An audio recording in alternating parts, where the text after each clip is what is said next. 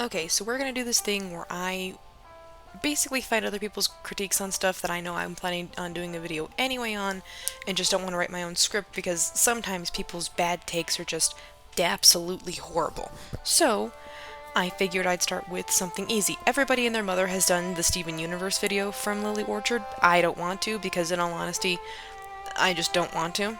But I am going to do The Legend of Korra because I did promise we were going to get around to Legend of Korra. So, this is me deconstructing the negatives, the positives, and my overall feelings on her interpretation of it because I feel like even though she has kind of good points in this, she's kind of disingenuous with them too. So we're just gonna let her get every single one of her points out. I will pop in, give my 2 cents, and like screenshots of what actually might be trying to be said to either prove or disprove her point, and we're gonna go from there. Okay?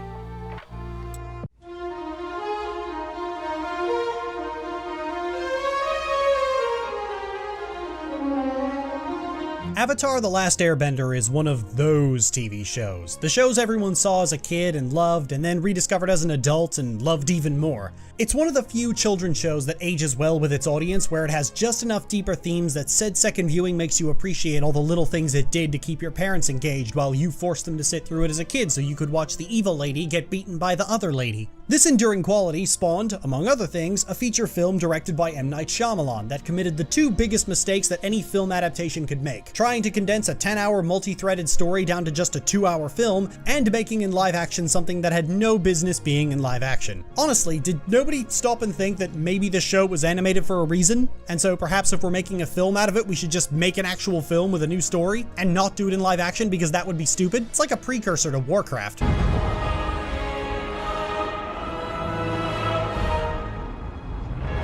What have you done? Sometimes the hand of fate must be forced. The mistakes of the film were obvious to anyone. If Nickelodeon wanted to make more Avatar, they would have had to move on to a new story and keep the blended animation style that made it unique in the first place. And that's exactly what they did by making The Legend of Korra. This show is terrible. It spends most of its time playing "remember this" to the previous show and never really develops an identity on its own. Like the film, it keeps trying to fix things that weren't broken to begin with and is more concerned with trying to position itself as the grown-up alternative to the original series. And what we end up with is a prime example of how not to do a sequel series. It doesn't just fail on its own merits, it ends up making The Last Airbender seem like a freak accident that we got to experience by sheer luck. So join me as we dive into every possible detail of why The Legend of Korra fails. Because I had to rewatch the series to write this damn thing, and if I had to suffer, so do you. So she brings up an interesting point here, but I want to pop the bubble really fast. M. Night Shyamalan's version and rendition of Avatar: The Last Airbender came out circa 2010, and yeah, M. Night Shyamalan has some bad movies, but also has made really great movies. This just happened to be one of his, ooh, maybe we shouldn't have done that. And she is right that yes, something should not be made into live action because it works better in an animated setting, but also some things do benefit from sometimes being turned into live action because what animated films cannot do that live action films can, the human face is very, very expressive. Even minute details can be expressive. And the animated films have to go way in the extreme in order to get the exact same effect for basically mundane things, but that's a nitpicky thing. Here's the thing though, The Legend of Korra technically was pitched as a 12-episode mini-series to Nickelodeon, and Nickelodeon originally declined the creator's pitch for an Avatar: The Last Airbender follow-up via an animated movie based on what became the 3-part comic The Promise, The Search, and The Rift, which from, if I'm doing my research right here, The Promise, The Search, and The Rift is just what happened to the gang after all the stuff with the Fire Lord, like the search for Zuko's mom and stuff. They just said no to that.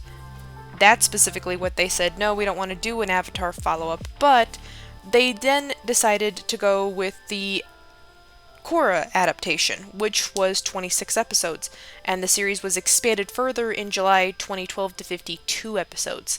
These episodes are grouped into 4 separate seasons called books, just like they were in Avatar, composed of 12 to 14 episodes each, or chapters as they were called, with each season telling a standalone story, beginning with episode 9 of season 3, new episodes were first distributed through the internet rather than broadcast, which in the year of 2012 was actually kind of a new thing instead of it being, the norm. Legend of Korra concluded with 4 seasons, and while, yes, the story is a little bit rough around the edges, this seems to be redacting the fact that Korra is an adaptation of Avatar. It's not supposed to be like Avatar. Do I personally like Legend of Korra? No, but I've never really liked steampunk-esque kind of stuff. What I did like, we'll get into, but I feel like her introduction to this video is just a little bit, well, it's a little bit regressive and a little bit on the nose, but hey, if that's how you want to make your videos, go off, I guess. In an attempt to present fairness, because people like to pretend that I'm always negative for no reason, I'm gonna start by listing out all the things I liked about Korra. I'm not against the series trying to court a more mature audience than its predecessor, especially since most of the people who grew up watching Avatar were likely already in their late teens when Korra came out. There's a difference between a show trying to aim higher than its predecessor out of a genuine desire to do something new, and a show getting stuck up its own ass because the creators are one of those insufferable pieces of trash who think cartoons being at their best when they're aimed at children is some sort of negative stigma that we need to fight against. And despite all its problems that its attempt at a more mature take on the source material brings, Korra is very clearly pitching its tent in the former category. Don't bring my mother into this. I overall like the more in-depth look into the application of bending and how its many different uses are so thoroughly explored, even though I'm gonna complain about it later. The ability to power an electrical grid with lightning as a sort of blue-collar job for firebenders is a wonderful touch to the series' attempt to modernize the technology, and showcase how much has changed in the 60 years since the 100-Year War, even in spite of the rampant Americanizing of everything else. I honestly think the modernized aesthetic would have been better served by incorporating more bending and less generic steampunk 1920s Murica. I love how metal bending is expanded on with the many different applications for a single sheet of metal. Kuvira exploiting the metal shoulder guards on most of her soldiers to mimic Darth Vader's choking gimmick showcases a level of attention to detail, at least as far as the visuals go, that you don't often see in animated shows. If The Legend of Korra consisted entirely of moments like this, it would have been the best show ever made. You remember how in The Last Airbender, Hama taught Katara just how much the ability to bend could be pushed given just a little resourcefulness? The Legend of Korra took that idea right up to 11, with every single school of bending finding new and unique ways to exert control over the elements. Making use of small details to affect things in such a massive way is a far smarter and more creative approach to combat design than just hit it with a bigger laser beam, even though that's exactly what the show ends up doing most of the time. Bending was always perfectly suited for combat pragmatism, even in The Last Airbender, where big pillars of fire were always considerably less impressive than the small ways a bender could fuck you up. Also, Legend of Korra gave rise to the single coolest bending technique ever. Holy shit! Are you seeing this? That's fucking lava! Everyone was obsessed about, oh, Zaire suffocated the Earth Queen. Fuck that! This guy's bending fucking lava! I like this line from Kuvira. And don't pretend that people put you where you are. I know what happens to cities who don't want to hand over control to you. Then you know what's coming for Zaofu. In fact, I like every line from Kuvira, even though I'm gonna complain about her later. She's the only character in the series who looks as tired of all the main characters' shit as I was by this point, and pretty much hands everybody's ass to them on a silver platter while they're busy spouting platitudes and doesn't bother fucking around. I really like Tenzin. He's a far more interesting character than Korra herself, with having to live with the responsibility of rebuilding the air nomads after his father's death, along with having to teach airbending to Korra, who's somehow more bratty than the 10-year-old Aang. His sense of responsibility to his heritage really comes to fruition in the 3rd season, where he fights the entire Red Lotus, and the camera just pans away as they're beating the shit out of him, like it's too painful to watch such a lovable character get hurt, which is more dignity than Korra herself gets not 2 episodes later. And speaking of season 3, after Zaire is finally defeated by all the characters who aren't complete failures at everything, he starts yelling about how chaos is the natural order of things, and how the revolution has already begun, and a bunch of other anarchist libertarian bullshit, and Bolin literally puts a sock in it! That's fucking amazing! It's the only genuinely funny moment Bolin gets in the entire series, and I love it. Also, I love this guy. That platypus bear is pooping money! And speaking of season 2, I really like the Civil War storyline before the writers abandoned it to chase as much fanficky bullshit as they possibly can, and thinking that Vaatu is a compelling idea and explaining the Avatar cycle. If this season had stuck with its complicated and messy Civil War storyline, I would not be making this video, because that story was just that good when the writers were focused on it, and really shows what kind of show Korra could have been if anyone on the production team was paying attention to what was working and what wasn't. And I think that's it. Yeah, that's it. A few scenes, half a season, some benders, and we're good. So on to why Legend of Korra is a horrible show that makes me want to do all the violence on the drywall in my living room. Okay, so she makes a point of saying something here which makes me kind of like, wait, that doesn't make sense. She says that it's the Americanization of everything else. And I hate to say this, but in a lot of Asian countries that were part of the British Empire, even though it wasn't quote-unquote Americanization, a lot of those British country colonies, like Shanghai in China, certain other countries in the lower section of East Asia and everything else, those British colonies did adopt a British mindset, or in this case, for Lily's point of view, the Americanization. It's part of the thing. Now, the steampunk-esque aesthetic isn't necessarily beholden to anybody, but it does lend itself to the writing style that steampunk technically is usually about, well, English or American-esque cities. So if you're gonna make Korra a steampunk-esque version of it, yeah, the Americanization would be happening.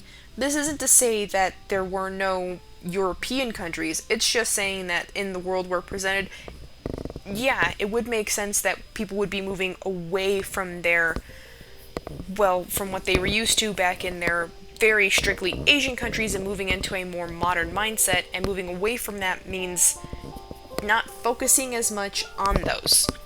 But again, that's more of a historical POV than anything else. So she tries to paint some of the things that she's saying as positives, but personally, these seem like saying positives by disguising them as you're trying to be uplifting, but also these are very harsh critiques. In all honesty, I thought Bolin, for what the story was a very compelling character. The fact that Tenzin is so in tune with his heritage and everything comes as a negative later on in the series, because his siblings, who respectively are a waterbender and a non-bender, don't get the same attention as they did from Aang when he was a father as Tenzin did. It comes as a negative, which realistically would make sense. If Aang was the last airbender and only one of his 3 children got airbending, Aang would realistically focus more on that child, because that would be the only child to carry on the heritage, because they're the only one that can perform the heritage effectively. The fact that his daughter was a waterbender like her mother, and his other son, Boomy, just didn't have bending until later seasons, would mean that, yes, is the Aang a bad father trope beaten into the ground? Absolutely. Counterpoint to it, though, it makes sense when you remember what it is trying to tell you. Now then, I personally, realistically, liked the Civil War storyline as well, but here's the problem of why that failed. It wasn't because they suddenly introduced the Dark Avatar, it was because they introduced in all honesty, non-Eastern ideals into it. You're trying to put a Christian mindset of good versus evil into a show that is very obviously hardcore, not American or Western. It's based in Asian countries. No offense, but Asian countries have a rich history and a really, really, really deep kind of connection to their heritage that is divorced from what modern Western audience understand. There is good and evil, asterisk on that. The good and evil isn't as what we understand it versus what is actually presented. I could go into this, I probably will, but in all honesty, that's not really why you're here. Another thing that she brings up that confuses me, the implication of bending and how that they expanded upon it. It's been about, 65 years since the end of Aang the gang's adventures, defeating the 100-Year War and the Fire Nation and all that. It would make sense that benders now have the ability to expand on their bending, because prior to that, they were told point blank to never use it. And before somebody sits there and tells me that's not true, they literally put earthbenders, who did not know how to metal bend, on a ship in the middle of the ocean to make sure that they would never metal bend. Or earthbend. They wanted to make sure that they couldn't use their powers. They had subjugated entire villages into being as compliant as possible to never use their bending. Well, yes, Katara did learn bloodbending from, honestly, that scary old lady in that episode. Jesus Christ. That was one woman who used her bending to get out of a horrible situation and inevitably became something horrible herself by saying that they did this to me, it's only right I do it to the other people who have nothing to do with the war. She's not doing it to soldiers. in the original Avatar series. She's doing this to people in a town she lives in, which is an implication of, yeah, you can learn how to do stuff, but it shouldn't come at the cost of exploiting other people. So, all of her positives that she listed, you can also view these in a negative, but she says it in a way that sounds like it's more negative than it absolutely has to be. Again, this is coming from somebody who really didn't like Korra. I can list off all the positives, those that I absolutely adored. I loved the fact that Korra was so cocky that she had to stop being that, but also the negative that comes with that is, well, they didn't do this for Aang and he was a boy. There's plenty of people that can view it as she was a girl so she doesn't get to be cool. I viewed it as Korra was cocky from the word go and she had to get humbled really fast, and they did it in a really wrong way, but I enjoy those kinds of storylines. Maybe not this extreme. Maybe not this extreme. Like, that's bad. Counterpoint to all of this, though, and I feel like it is the most important counterpoint, I like the fact that Tenzin is the last airbender now, and all of his children are learning airbending, meaning they're not quite there yet. Like, they know some stuff, but they don't know enough of it, so I don't even qualify them as benders, because what they know is only what their dads taught them, and their dad hasn't taught them everything yet. That changes later in the season, but it does bear mentioning that, yeah, there are some elements that an Avatar, no matter what nation they hail from, would have a hard time learning to do. Just like when Aang in the original series was trying to learn earthbending. He had a hard time learning it because earthbending is completely divorced from what he knew for airbending. Airbenders are light on their feet, they're non-confrontational, they don't want to hit anything, so they're always moving. Earthbenders aren't like that. They'll get right up in your face and demand that you fight them, and they'll go hard on it. Which would make sense considering they're opposites on the thing. It's the reason why the wind can howl all it wants, the mountain isn't moving. Or if it is moving, it's not moving very far. That's what I mean. Like, yeah, if we would have stuck with Korra having to learn an opposite element and she was having a hard time with it, it would have made more sense to make her an earthbender in this because she has such a hard time learning airbending. But we have to stick to the natural cycle that we were explained in the original series, which means she's a waterbender. So by that logic, earthbending should have been really, really hard on her. But again, that's a me nitpicking thing, but her positives in this don't seem like positives. They seem really mean, but dressed up nicely, if that makes sense.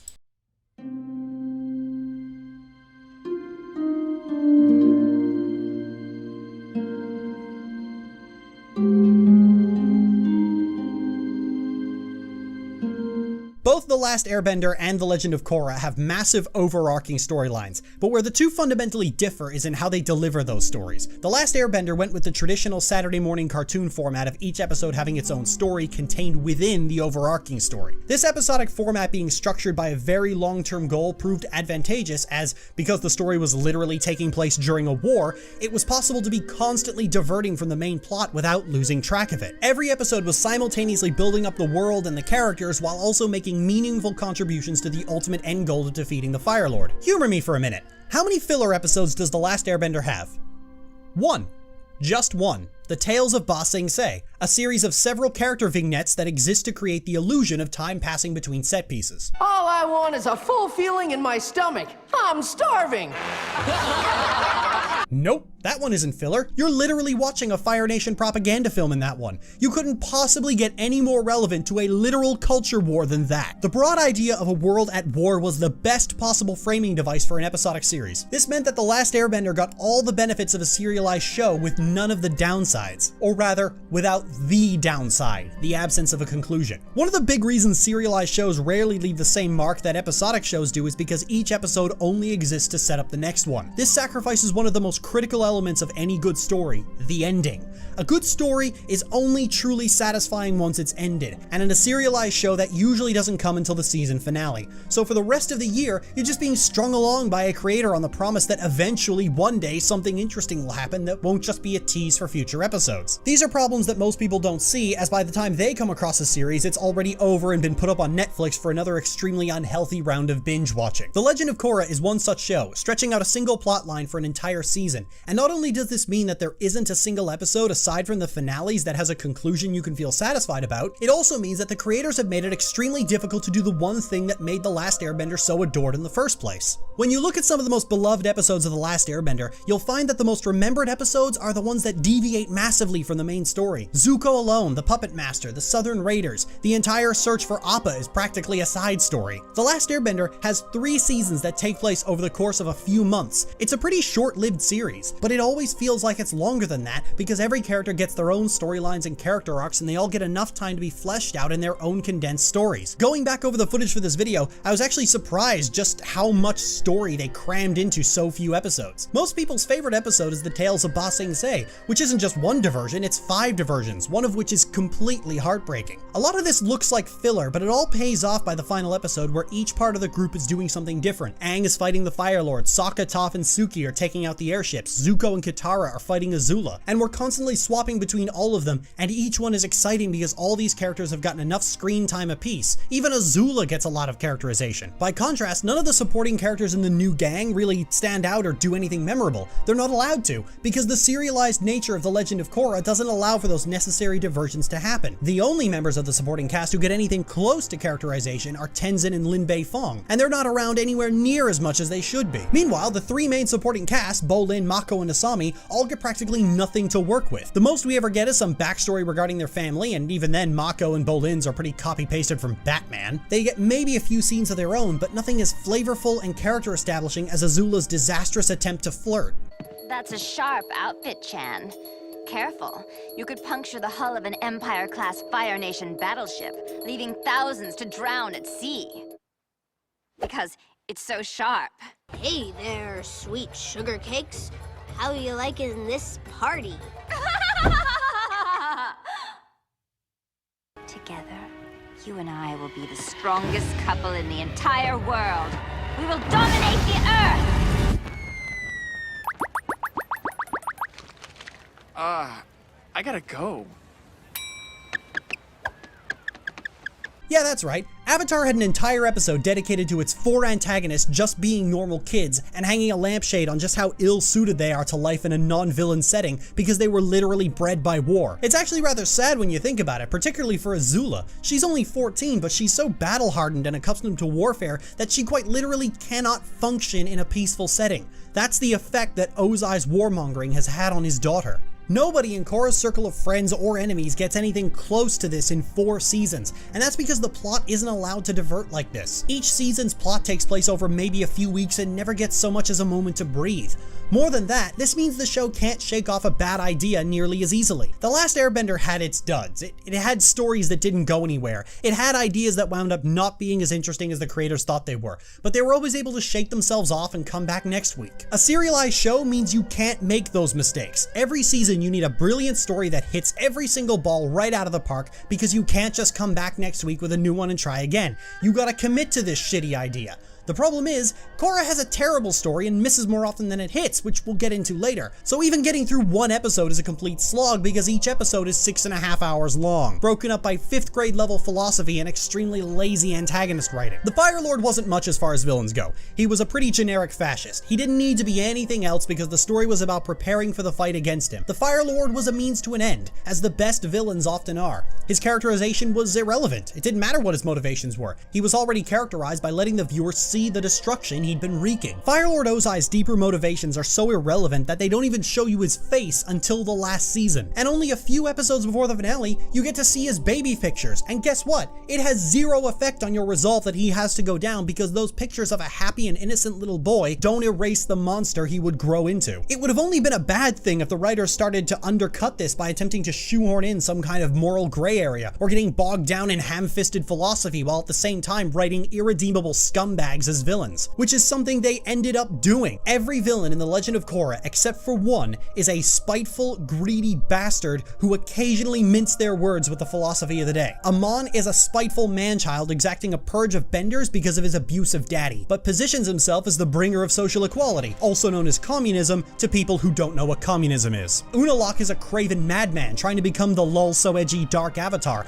but pads all this with a lot of bullshit about faith and spirituality and give yourself unto Jesus. Zaire is the only one who is actually motivated by his stated ideology, but his ideology is anarchism, which is the worst political ideology imaginable because it only exists to create a power vacuum for the two second worst political ideologies imaginable. He doesn't need an ulterior motive because the motive he has is already so stupid that it defies rationality. While the other two villains accidentally affect positive change by falling into it ass backwards, Zaire's anarchy does exactly what anarchy always does: create a power vacuum for authoritarianism. Firelord Ozai's motivations were simple conquest and imperialism, and that took 3 entire seasons to complete that story from start to finish. These new villains have to cram their stories into a single season, and not even a full season either. Each one is only about 12 episodes long, and the new themes are infinitely more complex than Conquest, but each one has a sixth of the time the Firelord and the gang were given. So not only is the story written in such a way that it doesn't get to have any necessary and plot important breathing room, it also has to condense all its themes down so much that it's almost inevitable that they're going to fuck something up. Unfortunately, this is the current model for television these days. They're not designed to be enjoyed in bite-sized chunks, they're designed to be binge-watched on streaming services. Netflix even goes as far as to release entire seasons at once, and take a while, guess what happens? That's right, people chew through the content in a few days because they have no self-restraint, and suddenly they're starved for content until next year. It's like the problem with Steven bombs cranked up to the worst possible scale. Now, the Netflix model does alleviate the constant to-be-continued cycle that plagues serialized shows, but the new problems it creates is considerably worse. I'm something of a traditionalist in this regard, and I think that going full serialization was the television industry's biggest mistake. The Last Airbender was the perfect marriage between serialized storytelling and episodic 3-act structure by using a war as a framing device that every episodic story was able to contribute to while still being its own contained plot. Remember how I mentioned that the Ember Island players recap the series by portraying it as Fire Nation propaganda? The Legend of Korra attempts a similar recap, but just has Mako, Bolin, and a handful of other characters simply recap the story, with Varric going as far as to emulate old 1920s style films. But they don't do this in the world itself, this is just how the flashbacks are framed. The big reason the Ember Island players worked so well was because you were seeing the story being told from the Fire Nation's perspective and how much they were lying. Even better, you got to see everyone's reaction to the play, with everyone hating it except Toph,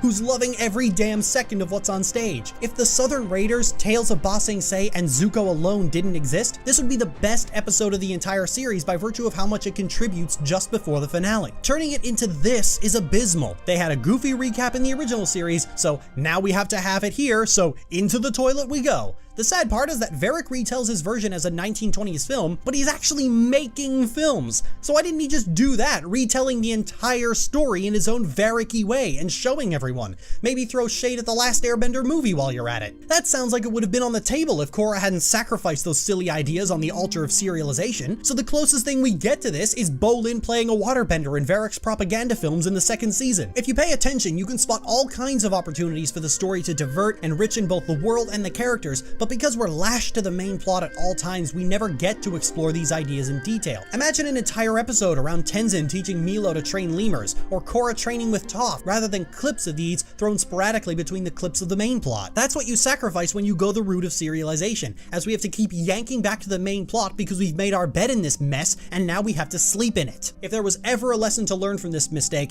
it should be don't fix what wasn't broken to begin with.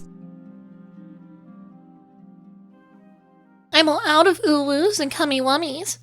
I need a fucking cigarette. Oh, there's so much in this section to just, like, deconstruct and everything else. Okay, let's go through this bit by bit. Number 1, you like to go back to Avatar: The Last Airbender when trying to talk about The Legend of Korra. You can't base Korra off of Avatar for 2 reasons. 1, this is a continuation of the original, but it is not we have to keep harkening back to it. Like, yeah, if you're gonna try and make certain points, get to that point and move on. We spent more time talking about Avatar: The Last Airbender than we did about The Legend of Korra. Really quick, you bring up the fact in this that we never get to see too much about the new gang, right, of like Asami, Mako, and Bolin, and learning all their character motivations and everything, I have a feeling you weren't paying attention. Realistically, Asami is the daughter of a man who is very, very powerful in the city and decides to give up that benefit and privilege in order to help those she deems that she needs help with. She's also proven to be very smart and very tech savvy. Even though she herself is a non-bender, she uses the advancements that her father, another non-bender, did in order to advance her own fighting style. She basically takes the equivalent of a taser and fights people with it. That can't be discounted. Like, that's really important. But I have a feeling you don't want to make it important, because if you did, then it's, well, in all honesty, it kind of looks bad on you. Bolin and Mako have been shown to be siblings, and yeah, their parents are gone, but we do meet their extended family later in the series, and their extended family lives in what I can only assume is like low-income housing, and all of them are jammed into just one house. It's a whole entire family, multiple generations jammed into one house. So their parents being dead and their family extended being that, it's not too hard to make the connection of they probably had a really rough childhood, and that's the reason why Mako is so, well, I'm sorry, Mako, you're kind of an asshole. And it also explains why Bolin tries to look at the positives and everything, is because what else do you have other than the positives when you grow up like that? Realistically, it makes sense. Now, I can see where people want to be like, no, that's not at all what happened, and you're trying to make things more important than they should be. No, I'm not trying to make things more important than they should be. But you guys do have to give credit where credit is due. You're right, Lily Orchard, on one thing. The Tales of Ba Sing Se and Zuko Alone and all these other small, minute deviants from the main story do help expand it, but that's because Avatar was based in a world going through the motions of being in a war that's never-ending. Korra doesn't have that problem. The war's been over for a while. Things have moved on and progressed. So all of this stuff that comes on later in every single series with Amon... You know what, actually it's the only character name I remember from it, because you said it first and now I just can't stop thinking about it. The point is, all of her villains came about from the ground, basically, because they were born in times of peace. You spend so much time talking about Avatar that I'm like, did you watch Korra, or did you like have it on in the background? I'll be honest, I have stuff on the background too when I'm at work, but my job isn't YouTube, where I should definitely be paying attention to stuff to like make an actual thing. Also, I'm just gonna put this fun little clip from my very good friend Aztec, who actually did the little soundbite that you heard at the beginning before you heard my voice. Thank you, Aztec. That'll sum up my feelings on what she rattled on about way too much better than I ever could. Genocide bad, uwu. Yeah, thanks, Aztec, for that nice little interpretation. We understand that genocide is bad, but you have to understand, we don't get to spend a lot of times with the villains, and you are actually wrong about the fact that Ozai, the main antagonist in the original Avatar: The Last Airbender, doesn't have a lot of screen time. You are right, they don't show his face until the final season, but he does actually have a lot of agency in the story. It is the fact that we, the audience, are with the gang through most of it of not liking this man. But when we do get more info on him, we begin to get a better picture of him and everything else that he had going on. And then when they finally get to the part where he makes Azula quote-unquote the Fire Lord because he's becoming the Phoenix King, you begin to realize this was his master plan all along. He wants world domination instead of just subjugating people and having to deal sometimes with them being upset in uprisings. He wants to just level the world of all other races and only have the Fire Nation be left. That is a villain motivation.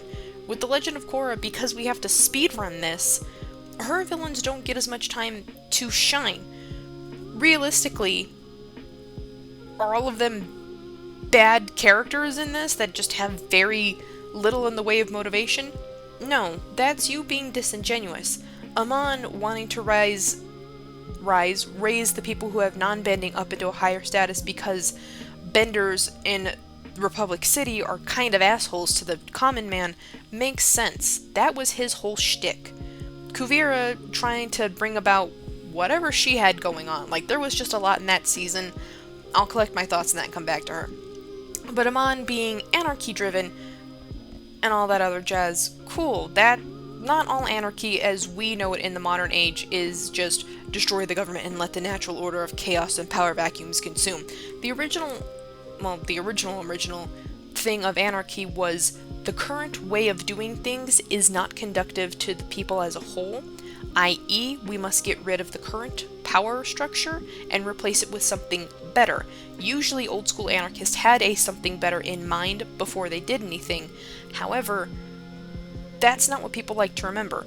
If we really want to nitpick the shit out of this, hey guys, the American Civil War, not the one that was the North versus the South. I'm talking about America versus the British, the War of Independence.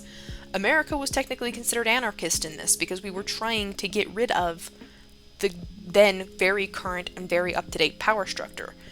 That's what it is. In another context, anarchist can be linked to revolutionarist, but only in very certain aspects.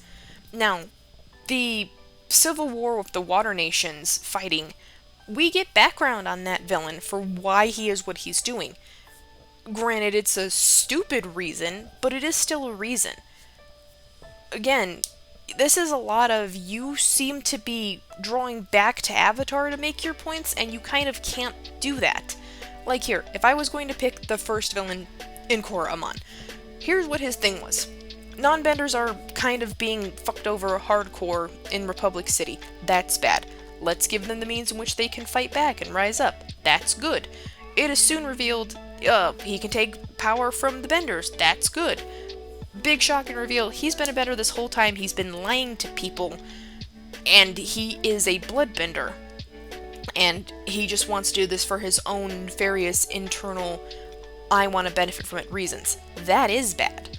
All of that does what he started out was makes sense, because non-benders have been a thing in Avatar for a long time. They've even said it before in a couple comics. There have been people who have zero bending and suddenly got a kid that could bend an element.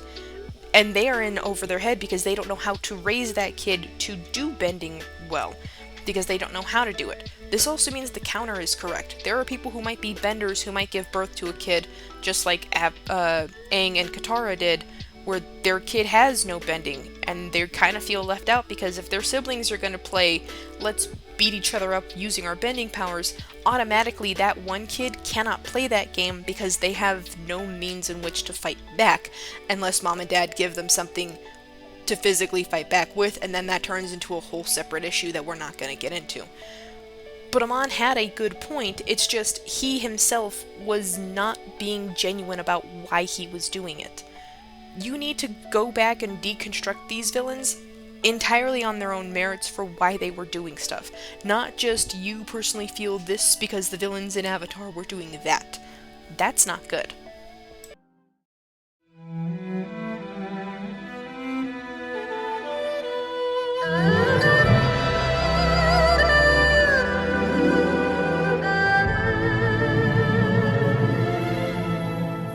Never let it be said that I'm a cynic, because I really did try to like Korra. She was already starting the series with a good first impression. She's a brawler, she's got a lot of energy as a protagonist, at least in the first few episodes. She's a natural waterbender, which is the best bender, and I'll fight you on that. And you could cut a steak on her abs. Like, damn, she's buff. You are very muscular for a woman. Thanks. You too? The Legend of Korra was one of the few places you could get a female protagonist that's ripped as fuck, at least until Overwatch came out. And I met Lizzie. When I learned that the new Avatar looked like this and behaved like this, I was totally on board. But as Steven Universe fans are well aware by now, an interesting premise doesn't necessarily mean that the writers are going to follow through, and here's how. Instead of having to learn the different styles of bending, Korra starts the series with a mastery of water, earth, and fire bending. And not just through starting the series later in life, she's introduced at the age of 5 bending all 3 of these elements, and she's revealed as the Avatar at a very early age, compared to the 16 that is known to be standard in the lore. The only element she has yet to master is air. This storytelling decision is often defended by fans by saying that exploring the other elements would be redundant after having spent 3 seasons with Aang learning them. However, that common defense of this story decision ignores the fact that Aang and his friends were doing other things while he was learning each element. Even when he was learning waterbending, Aang met a firebending master and learned just how dangerous firebending can be when controlled poorly. So much so that he carried a crippling fear of firebending until the final season. Aang's journey to learn waterbending brought them to the siege of the Northern Water Tribe. His mastery of earthbending was accompanied by the search for Appa and the siege of Ba Sing Se. The actual mastery of bending was a garnish to the more important stories that all tied to the 100-Year War, which was the reason they were doing all this in the first place. Describing The Last Airbender's story as Aang learning the 3 elements he has yet to master is to ignore 90% of what actually happens in the series. The bending itself wasn't the story. You could have very easily worked similar bending lessons into the stories of each season. Considering there's 4 this time instead of 3, you wouldn't have even needed her to start out mastering waterbending. There are so many ways you could have revisited the iconic bending lessons and maybe elaborated on them, considering how much bending has evolved and changed in the 60 years between Fire Lord Ozai's defeat and now. That's not to say that starting in the middle of Korra's training is an inherently bad idea, but here's the million-dollar question. Why did she need to be bending them at such a young age? Her parents know she's the Avatar once she starts bending all the elements, which is kinda cute and already raises a lot of interesting questions at how you handle raising a child who can bend multiple elements. The benders of each nation seem to know very little about the nuances of bending outside their own forms, so Water Tribe parents trying to help a little Korra keep control of her fire bending is itself a really good idea. But all that is hamstrung by the fact that we immediately skip ahead to when Korra is a young adult, being trained by masters as they're brought to the Southern Water Tribe. So why did this scene at the start need to exist at all? The writers already had a reasonable and workable excuse for why Korra is already proficient in 3 of the 4 styles of bending when we open on her training exercises. I've heard people complain that Korra already being able to adequately bend at such a young age makes her a Mary Sue, and while those kind of complaints are usually bullshit, it's granted more credibility by the fact that a better answer for this question is immediately presented, so why didn't the writers just go with that? That's a minor petty niggle regarding the storytelling, but things like this are not isolated incidents. The same people who thought this was the best way to open on the new Avatar made the rest of her character arc as well. Characters are always remarking on how strong and powerful she is, the fact that she's the Avatar is treated with awe and respect, and yet there's no faith in Korra as a character because she's constantly being set up to fail. When we open on Korra in the very first episode, she's training in a combat arena with firebenders from the Fire Nation, seemingly doing little more than sparring. We later learn that Korra's never left the Southern Water Tribe. Katara remarks how strong she is, while the White Lotus beside remarks that she lacks restraint. Because of fucking course she does! She's had teachers brought in to do little more than teach her how to apply bending and combat. She's sparring with the guards in an enclosed area. Every Avatar before her was said to have gone out on a journey across the world to find masters to teach them each element. Not a council of teachers dictating their education, but to find specific bending masters and form a bond with them. But more than that, the idea that the Avatar is traveling the world to seek out masters on their own heavily implies that they're constantly interacting with the world they're supposed to be protecting, learning firsthand the duties of being the Avatar and gaining the restraint and spiritual perspective they're supposed to have. It's not just an experience of learning to master all the different kinds of bending, it's experiencing the world and its problems and coming out of that journey a far wiser and more mature person. Korra, by contrast, is treated like a child and educated like one even when she's a fully grown adult. The White Lotus criticizes her for ignoring the spiritual side of bending, even though that's entirely their fault. Korra herself even acknowledges that she struggles with it and wants to start her airbending training because that's 90% spirituality. The White Lotus insists she doesn't respect bending and then proceed to not teach her how to respect bending. In a hasty effort to skip past the other elements and get right into airbending, the writers have, whether by design or sheer stupidity, created a character that is doomed to fail at every possible opportunity. More to the point, Korra never once has to combat this character issue. One of the big conflicts of the first season involves Korra being unable to airbend due to its innate spiritual connection and the fact that it hasn't evolved like the 3 other forms because Aang's son was the only airbending master in the world after his death, and he spat on the idea of modern bending being all martial arts and nothing else. But Korra never grasps airbending this way. When Amon takes her bending from her, she suddenly summons the ability to airbend when Mako's threatened, leaving her with a sudden mastery of airbending and none of the other elements. So now she can airbend, but little else. You would think this would be a chance for Korra to truly respect bending as an art form now that it's been taken from her, putting her in a humbling situation as a counterpart to Yakone, who who lost his bending and grew bitter and hateful as a result. But before the viewer can truly grasp the gravity of the situation or have any time to develop any sympathy for Korra's situation at all, Aang gives Korra back her firebending, earthbending, and waterbending, on top of giving her energy bending to reverse Amon's damage in Republic City, and you know what? Just for good measure, let's give her the Avatar state as well. Because why not? Why bother having Korra actually have to learn the gravity of the Avatar state like Aang did? In fact, the very first thing we see her do with the Avatar state is use it to win a race against children. Why bother having Korra actually have to learn anything? Let's just give her all the Avatar tools and wipe away the last bit of the Avatar journey, because apparently that would be just a rehash of The Last Airbender, except not really. In fact, Korra even gets handed the fucking mastery demonstration as well. Each Avatar, upon mastering the 4 elements, pulls off an impressive demonstration of their mastery, and over the course of The Last Airbender, we get to see Avatar Roku and Avatar Aang perform this display.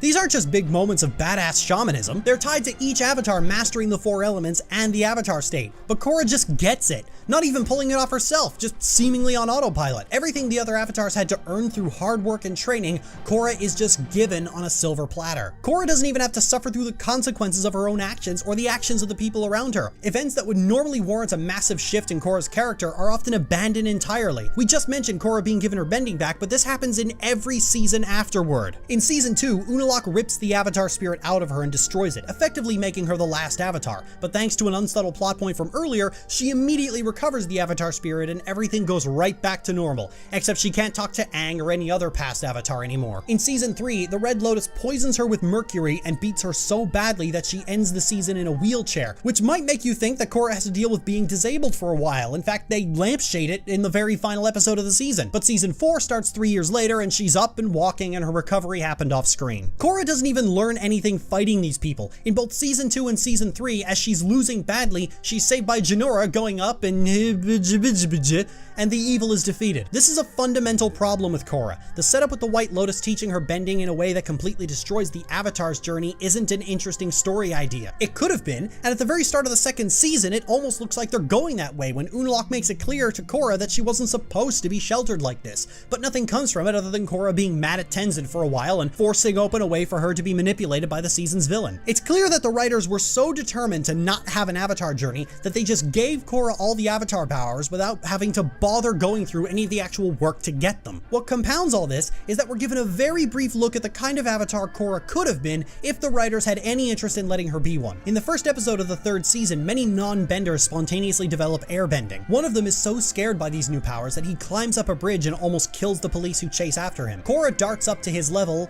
and they just talk.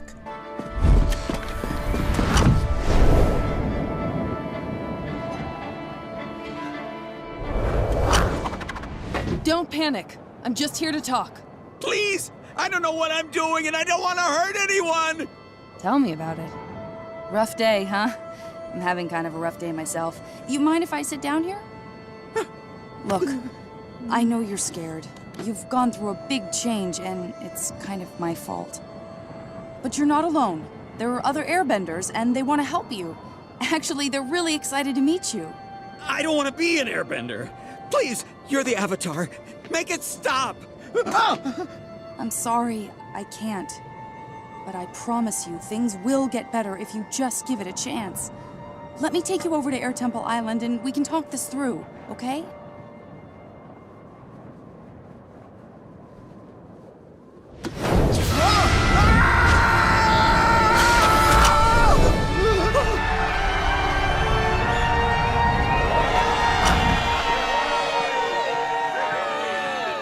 Daw, this is Tenzin. He's going to help you. It is absolutely my pleasure to meet you, Daw. I've never met a new airbender before. Well, at least not one whose diaper I didn't have to change. Actually, I just fell off a bridge, so I could use a fresh diaper right about now.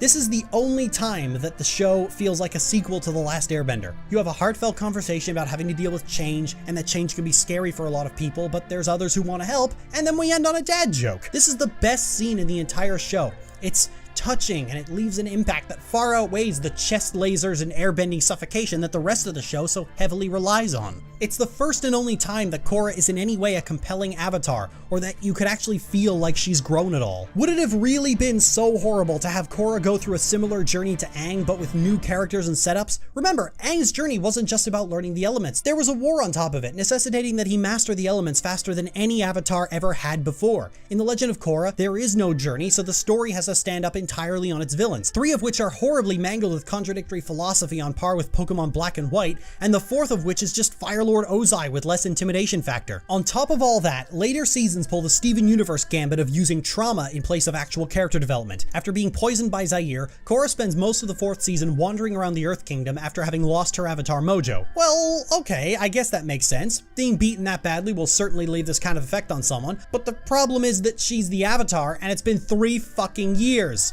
The fucking avatar, who faces near-death experiences on a constant basis and even had her own goddamn soul ripped out of her body and slapped around like a wet paper towel, has been wandering around in a catatonic state for 3 years after this one fight, which wasn't even the worst fight she's ever been in. She reacts to Zaire with the kind of fear and paranoia similar to a war veteran, but Zaire isn't the worst villain she's fought and didn't even give her the most traumatic experience she's ever had. The fact that Korra shrugged off far worse than this means that the attempt to pull the trauma card on this one person rings completely hollow and smacks of desperation in response to an increasingly critical eye being turned toward Korra as a character. The sad part is that the character whose response to Zaire is the most compelling is also the character who's the least interesting in the show. Bolin responds to Zaire's anarchist rampage by pendulum swinging in the opposite direction and supporting an authoritarian dictator with an almost zealous conviction because anything is better than the chaos Zaire has wrought over the Earth Kingdom. But the show doesn't dwell on it. They seemingly write off Bolin's allegiance to Kuvira as a result of him being stupid, given by how certain everyone is that Kuvira is evil. We'll get into season 4 in a little bit, but this small fact being overlooked speaks volumes about the difference in priorities when it comes to character design. The show wants me to feel pity for Korra because she's struggling through PTSD, but I've seen Korra shrug off far worse than this, and so I don't feel any pity for her. This is also the hardest part of Korra's character to criticize in any meaningful way, because writers pull the trauma as character design card specifically because most people will fall for it. Most people will see this as a compelling story concept rather than the lazy tug on the heartstrings it truly is. Korra is introduced as a brash and impulsive avatar with no respect for the spiritual side of bending and little understanding of her role as the avatar,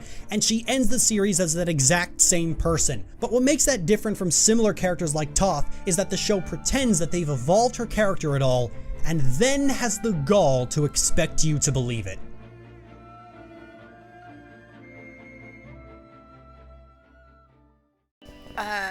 No. None of that actually is correct, and I'm gonna tell you why. Korra was sheltered because of the Red Lotus trying to kill her, because they wanted to get rid of the Avatar state. That's why she was kept isolated and only had teachers for forever. And again, you keep pulling this, let's go back to Avatar The Last Airbender. We can't base Korra off of what Avatar did. It's an entirely different story. This is like somebody trying to explain the Harry Potter series based off of the Harry Potter books and then bitching about the fact that this new Newt Commander and Dumbledore, the Explorer, and his not-for-real boyfriend who's a Nazi is all the same. It is a different story. It's in the same world, but it's a different story, so you have to view it from a different lens. It makes you look very regressive if you keep trying to hammer on and on and on about the other series, but not giving this one a chance. Korra was kept isolated because they didn't want her to die. And for the record, it's not a bad thing sometimes to just be like, look, they know all the elements. Some kids develop faster. Realistically, we don't know any of the other avatars and how soon they found stuff out. Even though it's said in universe, most avatars start figuring out when they're like 12, 11, 13 years old. Okay, maybe that's just what's written down. This is like when people try to pull that card of, oh, well, most boys and girls start their adolescence journey around 10, 11, 12. I didn't. I started mine when I was like 9. I was very young, but I developed early. There's nothing that says Korra could not have also developed faster and her bending also developed faster. That's disingenuous. And another thing, you keep harping on about the fact that, oh, well, she's fought bigger and badder villains and all this other stuff, but this one guy with his anarchy propaganda really fucked her up. Trauma doesn't work like that.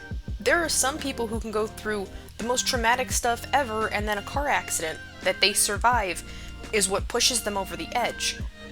That's the thing. Trauma isn't linear from one person to another. What would completely cripple one person mentally from the trauma might not cripple another person. Nobody's the same from one thing to another, and it's really, really gross to try and pull that card. And another thing, right, it's been 3 years, but in the series before that, she had her in a wheelchair and they kind of crippled her. Hi, I have multiple sclerosis. When I got diagnosed with it, I couldn't walk very well. I was in a wheelchair for about 6 hours, but they did tell me to my face point blank, this might be a thing where you might lose the ability to walk. I worked really hard to make sure I could walk again. It's possible. So you trying to pull that in 3 years' time, she's just moping around. Yeah? And?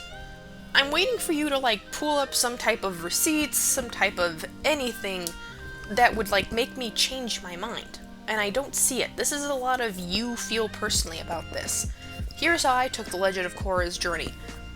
She was isolated from the world, so she didn't or doesn't get to have the Avatar go around and find everything, because prior to all of this, the White Lotus are trying to keep the Avatar safe, so that way the Red Lotus, the guys who are trying to kill any Avatar that comes around, won't happen. The Avatar is a staple in this universe that must be adhered to. Even if people disagree with the Avatar, that is still a thing that they have to abide by. That's like a staple and like a cornerstone of the world. And the fact that you put in that scene of her helping the guy off of the bridge, yeah, I'll give it to you. That is a really touching scene. However, these touching scenes that you're talking about in Avatar, they happened all the time, because Avatar was based in war. These are based in times of peace. So, yes, it was a really compelling scene, but you're not painting the whole picture. You're painting a version of the picture that you specifically want to talk about, which isn't fair. Counterpoint to all of this, Korra finding out that she was kept isolated on purpose, yeah, that would make her mad, and she would begin to question the people around her. Because it's one thing to think that you're being kept isolated because you're very special. It's another thing to be told you were kept isolated on purpose because of other people's decisions. That right there throws a lot of people off. Being told that somebody else made a choice for you makes people mad. It's the reason why little kids throw tantrums when you tell them, we have to do this, and there is no negotiating it. That's the difference. I understand where Korra is coming from, and this is coming from somebody who realistically, I watched The Legend of Korra, and I really didn't care for it. I didn't. I watched it, I rewatched to make sure I understood it, and I still didn't like it. But, again, you seem to be wanting to nitpick this on a you personal level, and you keep trying to take it back to Avatar. You need to base this all off of Korra, not Avatar. And the fact that, yeah, what happened to Korra really messed her up and she got thrown into the PTSD land with no seemingly way out, that's fair. We don't know how much stuff that she can take. Well, I mean, we do because we see it in the series. But there are some people who straight up can get put through the ringer and then just disassociate hard. And for the people who know me that are watching this, please don't comment on that. Like, I know we've been talking about it, but please don't make me. Please don't comment on it. Some people go through the ringer of all the trauma in the world, and they just decide, you know what? I'm just gonna mentally check out for a little while, call it good, and move on, and be okay with my life, even if it's not a version of okay that's healthy. That's what Korra is doing when she is wandering around the Earth Kingdom for 3 years. 3 years, by the way, that her friends are very worried about her. Her teachers are very worried about her. Because missing for 3 years, even though they kind of know where you are, is scary to people. They're still worried about her. They still love her. And her having to come to grips with the fact that maybe you need to talk to somebody and, like, get help isn't something that she's willing to do because she's scared of it. It's the reason why when Toph finally has her talk with her and everything else, it's kind of like free therapy, but with really good therapy. But again, you seem to be wanting to put this into the I want it to be trauma the way I want it to be trauma. But why? It's not your story. That's not fair. You can't base someone else's story off of what you would do in your own story. You can base it off of rules of writing, but you can't base it off of your preferences in writing. My preference in writing? I absolutely hate love triangles. I do. But I understand why a lot of people like the love triangle, and I can't be mad at the people who like the love triangle. I could, but I'm not going to. Can I be mad about the fact that sometimes people are skipping ahead real fast and we just don't talk about it? Yeah, could be mad about that for writing too, but again, that's not a writing rule, that's a writing preference. For somebody who likes to say that they're a writer, I've seen people take apart your writing.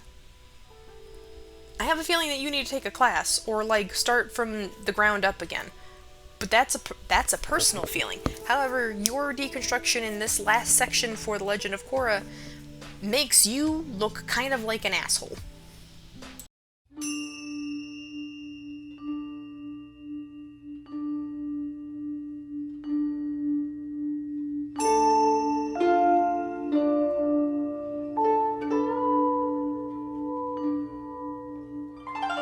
In The Last Airbender, bending was more than just combat, it was art. There was a lot of effort put into the styles of each form of bending and all of its subforms as well. The 4 elements all drew from real-world martial arts, meaning that every different kind of bender moves differently. You don't just identify benders by the element they wield, you identify them by their actual martial arts style. This isn't just design flavor, this is a plot point. During Season 2, Iroh teaches Zuko about how he discovered a firebending technique to redirect lightning by studying the waterbenders, and teaches the value of incorporating the spiritual aspects of different bending styles into one's own. And then later, in the Crossroads of Destiny, Zuko does that. A new way to bend fire is learned by studying waterbenders, and it's conveyed entirely through the way the bender actually moves, conjuring fire like a wave. The reason earthbending is so difficult for Aang to learn is because he's had it ingrained to him that being light on his feet and agile is the best tactic, and earthbending relies on you being rooted and immovable. He has to change the way he approaches an encounter in order to master earthbending. That's the plot of an entire episode. It's not just a matter of martial arts either, it's also about being resourceful. Toph is the first person to discover metal bending because her seismic sense is so attuned that she can feel the impurities in her metal cage, and she's the only one to think, I wonder if I can bend that. It's not a matter of Toph being special or just suddenly happening upon this ability, like Bolin does with his lava bending. She was just the one who had the tools at hand to figure out they were there,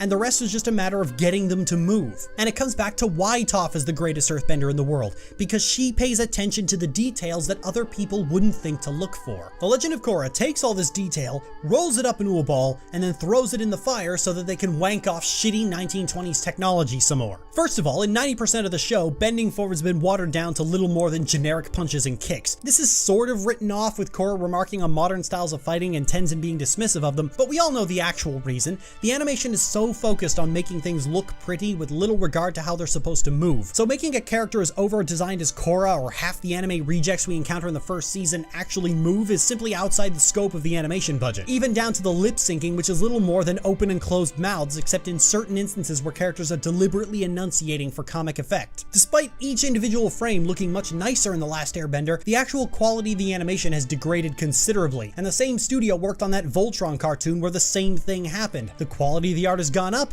while the actual animation has plummeted because making it actually move is just too difficult. Just take a look at how over-designed Korra is, from the hair ties to the waist skirting and the ties coming off with that additional flap underneath, her clothes baggy and loose hanging, and all that free-moving detail is completely asinine for any team to animate, especially if you're working with traditional 2D animation, which is as user-friendly as Microsoft Front Page and is the reason it's been discontinued by most animation studios in favor of Flash or CGI. Incidentally, this was a joke in The Last Airbender. What do you think?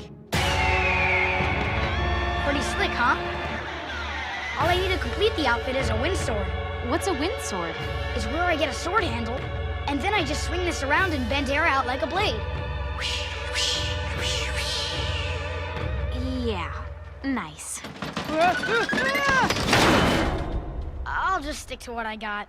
Something the creators made fun of is now something they're doing with a straight face, And that's just sad. In fact, once season 4 came around and Nickelodeon slashed the teen's budget, they responded by flat out removing most of this detail from Korra's model. And she wasn't the only one either. Asami had most of her defining details altered as well, so that the animators could actually move her without causing an economic recession. But it's more than just a need for everything to be prettier to the point that it's too hard to move. Let's take the Avatar state for instance. The Avatar state was a simple idea. When the Avatar or someone the Avatar loves is in serious peril, they can summon the combined might of every previous Avatar into a desperate bid to get out of danger. In The Last Airbender, the Avatar state is an event precisely because Aang had to get the shit kicked out of him in order for it to even trigger. So not only was it rare, it was extremely powerful. It did carry the risk that being killed in the Avatar state means no more Avatar, but good luck doing that. In The Legend of Korra, Korra can trigger the Avatar state at will, which means the Avatar state can't be as powerful as it used to be, otherwise she's completely unkillable. So Korra goes into the Avatar state constantly, but she doesn't really get a whole lot of benefit from it, does she? She gets the shit kicked out of her in the Avatar state almost every time she uses it, and in most cases going into the Avatar state only ever puts her on the same level as whoever she's fighting. The Avatar state means nothing. It has to mean nothing, because if it didn't, then no conflict would ever have any tension at all. In The Last Airbender, they recognized this and purposefully made it so that in order to trigger the Avatar state at will, Aang would have had to give up everything he cared about, and he didn't want to do that. Instead of doing anything that clever or character establishing, the writers opted for the Princess Celestia approach, where Korra can use the Avatar state all the time, but it's about as effective as slapping someone with a wet paper towel. The very idea of bending was watered down so much that they up and turned it into a professional sport. Now,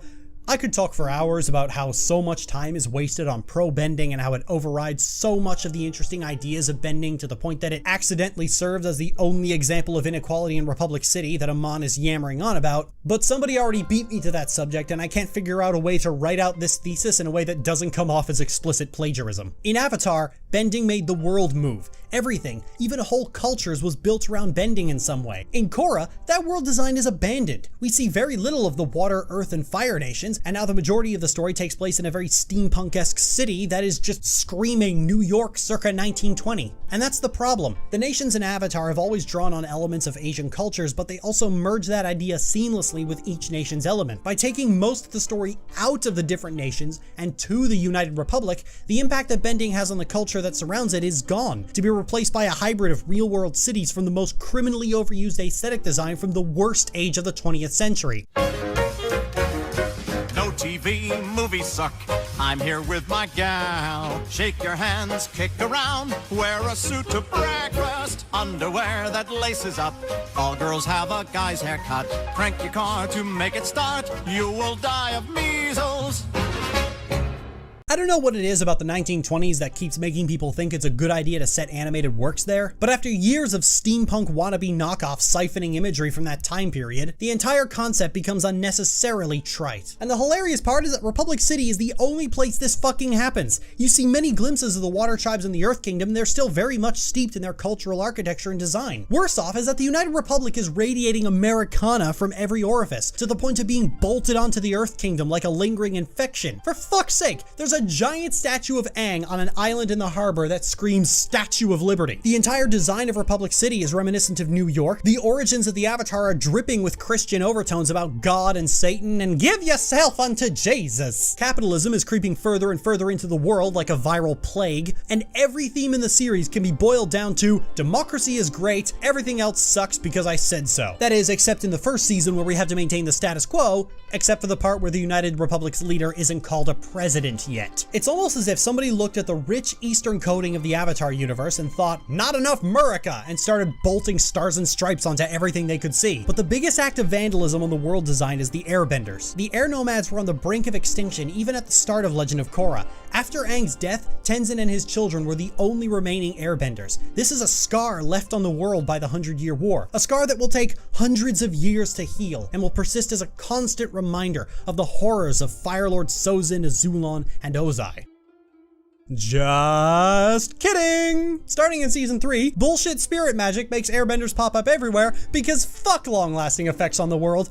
Fuck the scars caused by war. Fuck the very concept of things taking time to heal. One episode, airbenders everywhere, go and fuck yourself. It's like the bullshit with Korra, but taken to a grander scale to undo one of the most noteworthy crimes in the entire fucking history of the world of Avatar. I don't even know why this was done. I can only assume that the reason was that we wanted to see the air nomads return to their former glory, but doing that in a way that didn't completely spit all over the symbolism of the previous series was apparently not good enough. We had to do it in one episode with bullshit spirit magic. Let's just have more airbenders because that would be cool without actually thinking about the impact that has. And if you thought the culture of airbending being on its last legs and having to slowly rise back to prominence would have been actually interesting, you get to eat shit. Because we wanted more airbenders. And also we wanted an evil airbender. Ooh, I'm so edgy. And also we're gonna hang a lampshade on the fact that we're scrubbing away the entire culture of the air nomads to just be airbending and nothing else. It's actually alarming just how much of the cultural origins of the world of Avatar gets scrubbed by the creeping Americanization of the entire world, which is ironic because the themes of The Last Airbender explicitly condemned this kind of imperialism. The United Republic was created from occupied Earth Kingdom territory to the point where two different villains remark on it with plans to take it back, and this is viewed as a bad thing. It's a good thing this was the Korea-inspired Earth Kingdom rather than the Water Tribe, or more people would have caught on to the implications. More to the point, its unique culture is credited as being the result of both immigration and technological revolution. Just like America. How about that shit? It's strange that The Legend of Korra goes to so much effort to scrub away the thing that made Avatar unique, Eastern culture that's not Japan being the basis for the entire world design, and thoroughly explore the differences between those cultures with the avatar of each cycle continuing to sport the garb of their native homeland. And now we have to watch all of that get scrubbed away in favor of Western architecture, Western technology, Western politics, Western neoliberal capitalist propaganda. The first season's bad guys are essentially the bastardized, poorly understood version of communism that Americans have been so thoroughly terrified of for decades, dressed up with a fresh coat of Occupy Wall Street paint. They really were married to this idea. Oh, by the way, speaking of marriage... Okay. So there's a lot to deconstruct here, but I want to just go back to... Well, we're going to go back to Republic City because she harped on about it so much. I always took Republic City as a stand-in for Shanghai in China.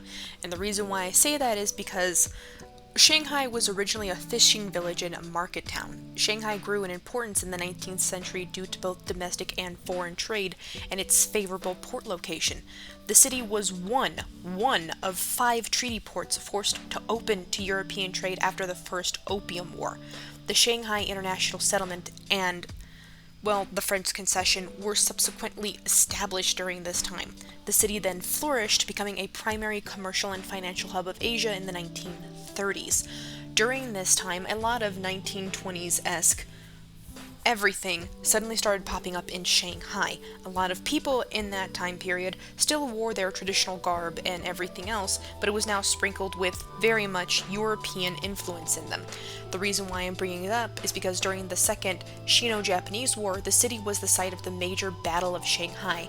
After that war, with the communist takeover of the mainland in 1949, trade was limited to other socialist countries and the city's global influence declined. Hello, why are you bringing this up?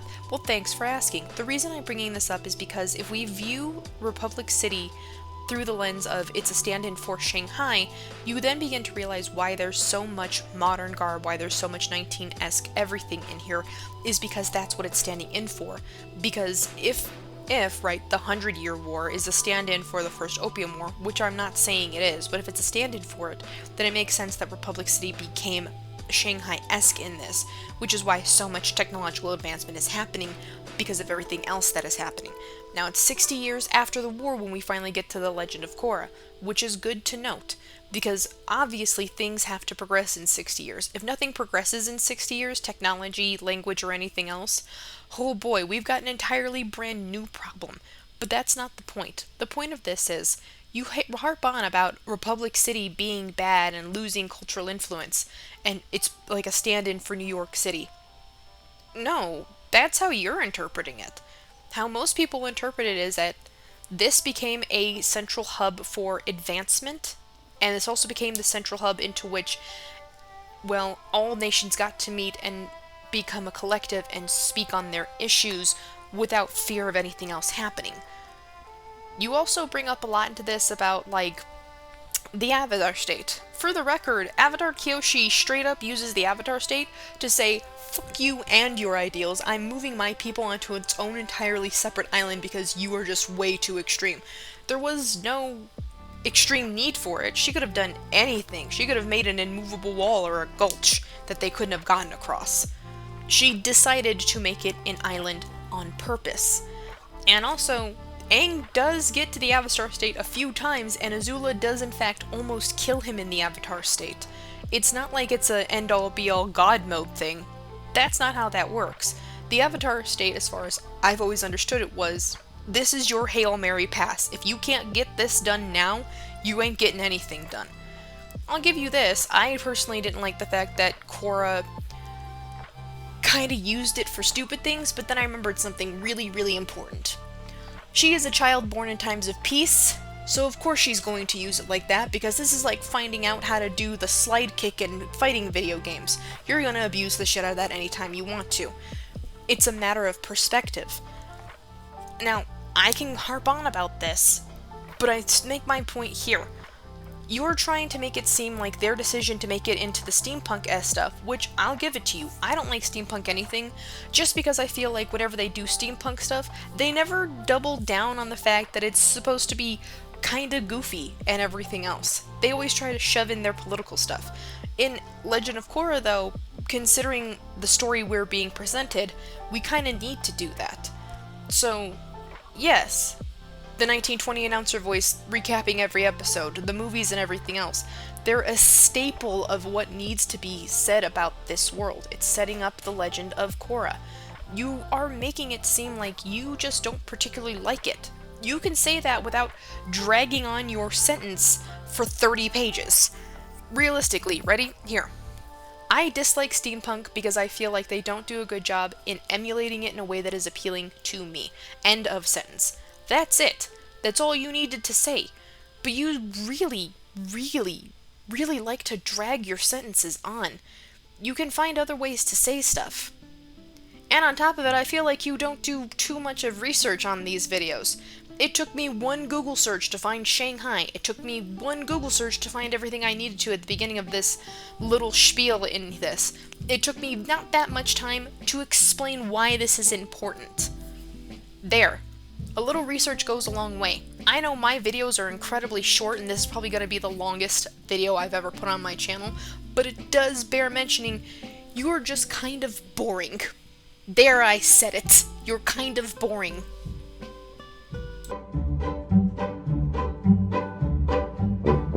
Romance was always the black sheep of Avatar, but with most of the characters being around 12 to 14, it was never really all that present outside of a few episodes in the series finale. With the new cast being around their early 20s, things get messy. Talking about the issues with romance is a lot harder than anything else in this script because it's the one thing that even the most diehard fans agree was handled extremely poorly. Let's start with the obvious one. The love triangle. So Bolin's got the hots for Korra because she can crush a watermelon with her thighs, only Korra's got the hots for Mako because it's generic and brooding with the Batman story, and that's what the two men writing the show think women like. Only Mako starts dating Asami, the generically pretty businesswoman who manages to go 3/4 of the series without a personality, but then Korra kisses Mako OMG, which breaks Bolin's heart, but it's okay, he gets over it. Only Asami finds out later and suddenly becomes super jealous and starts wondering why Mako's so worried about Korra when Korra was captured by Amon. Seriously, Asami, what the fuck kind of timing do you have, you insufferable little shit? And then Asami spends the next few episodes being really passive-aggressive toward Mako, and I guess they break up because at the end Korra and Mako get together in time for the season finale.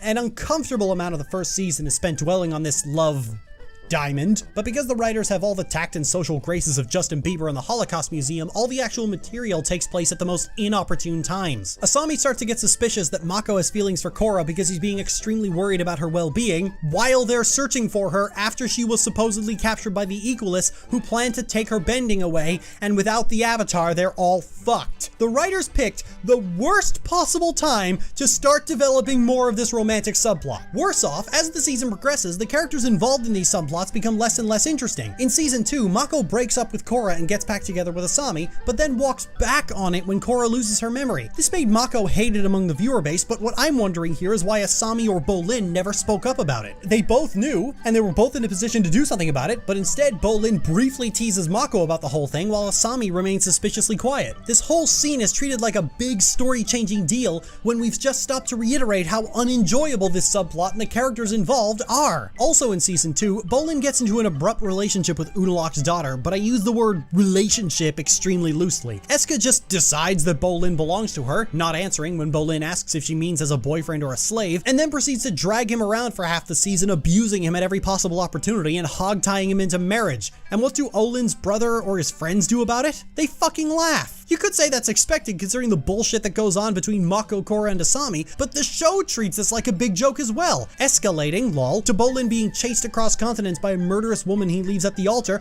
because of course he leaves Eska at the altar. She's fucking nuts, and if Bolin stays with her, he's going to die. And then toward the end, they just write the whole thing off, as if we didn't just spend part of the season laughing at Bolin's obvious distress and anxiety. The sad part is that this could have been the most interesting thing in the entire series if the writers had taken it even remotely seriously, and not just assumed that abusive relationships are funny when the abuser is a woman, and I know that's why they thought it was funny, because it's the same reason Korra can't seem to fight her way out of a paper bag and keeps needing Mako, Bolin, and Tenzin to save her.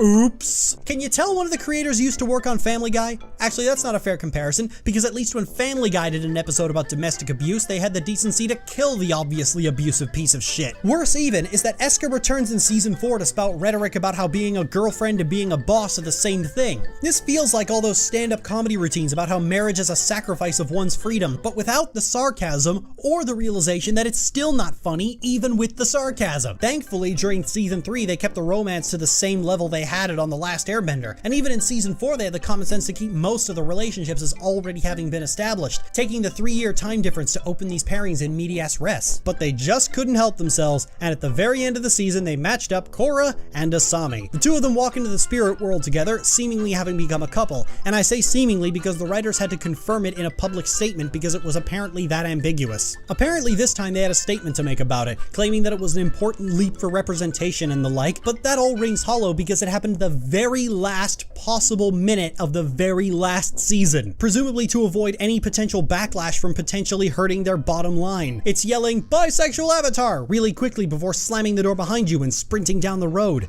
It's saying, "Oh, we're here for our LGBT friends and family," but none of it means potentially causing a rift before it won't matter anymore. I suppose I should consider this a blessing considering the horrifying shit show we've had to experience so far, but ever since Steven Universe has been finding ways to hide all their gay relationships behind fusion and death, I'm sick and fucking tired of creators claiming to be big supporters of LGBT people, but taking every measure possible to minimize their presence in their works to avoid potentially pissing off the Tories. If this show was as supportive as it claims to be, they'd have gone all in and opened in episode 1 with them as adults and already married. Worse than that, the entire show's approach to romance is born purely out of obligation because The Last Airbender had romance, and so we have to have it here as well. So many characters have so little chemistry that fucking fan art can capture more emotion and chemistry in a single wordless frame than the writers can manage in 4 years. Supposedly all of this is built on in the Turf Wars comic. I wouldn't know because I can't honestly think of a good reason of why I would pay to experience more Legend of Korra content. I already had to rewatch the series in its entirety for this video, and that was torturous enough. I certainly don't want to experience it in comic book form, and I certainly don't want to experience that on the off chance that this one tertiary element of the story might be done better. Keyword being might.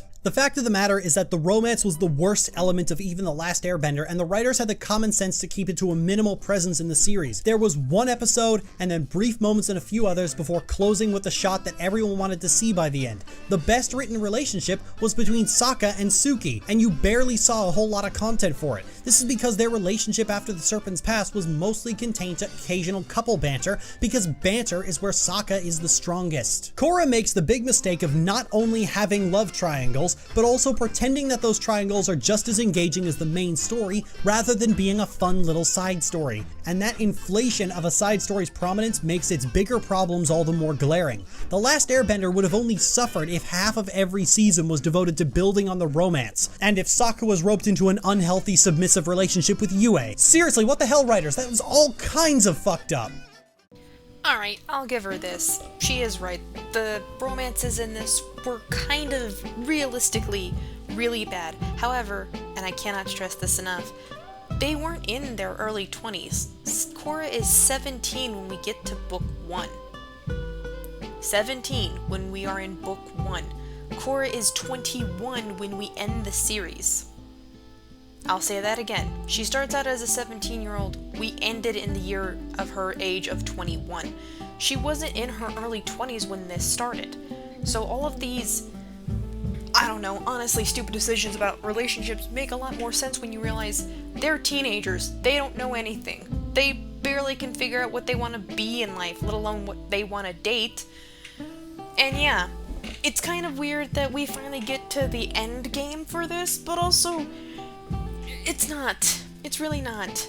Romance was never the point of Avatar originally because they were 12 and 13. I think Azula was Azula was 14. I think the oldest of the original Avatar crew was Zuko at 16, but they weren't adults making this, so it makes a lot of sense the fact that, well, you know, they're just bad at their relationships when they're that young.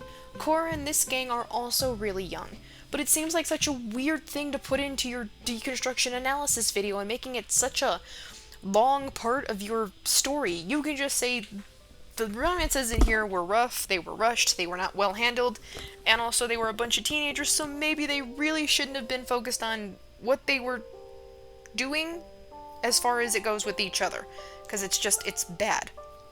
But again, teenagers fall in and out of love with certain people all the time. They get petty when they think they're being cheated on, and then when it's confirmed by their little brother, they're super petty.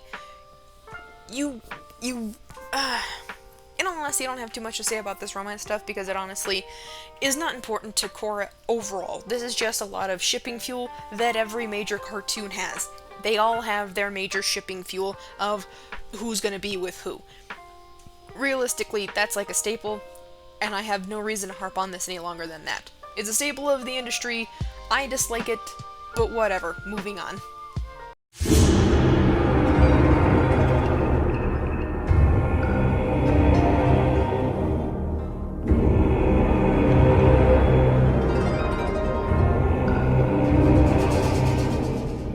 We're gonna talk about what makes the other seasons a hot mess, but Season 2 is the only season that the majority of Korra's fanbase is extremely critical of, which is to be expected. Most fanbases are generally uncritical of material if said material remains consistent with itself. It's only when you place a good story and a terrible story right next to each other that they start to realize the difference. So long as the material isn't constantly shifting between two different versions of itself, most casual viewers will just accept that everything was intentional and not bother expending the energy to really analyze and digest what they've actually seen. The season opens with the chieftain of the Northern Water Tribe offering to teach Korra about the spirits, remarking on the fact that she's been sheltered from the Avatar journey throughout her entire life. From there, Unalaq starts talking about the unification of the Water Tribes and a civil war breaks out between the North and the South, and Korra learns that her father was banished from the North for burning down a spirit forest and angering the spirits. Korra tries desperately to remain neutral until her father is imprisoned for inciting rebellion, and she learns that Unalaq plotted all of this, including her father being banished years ago,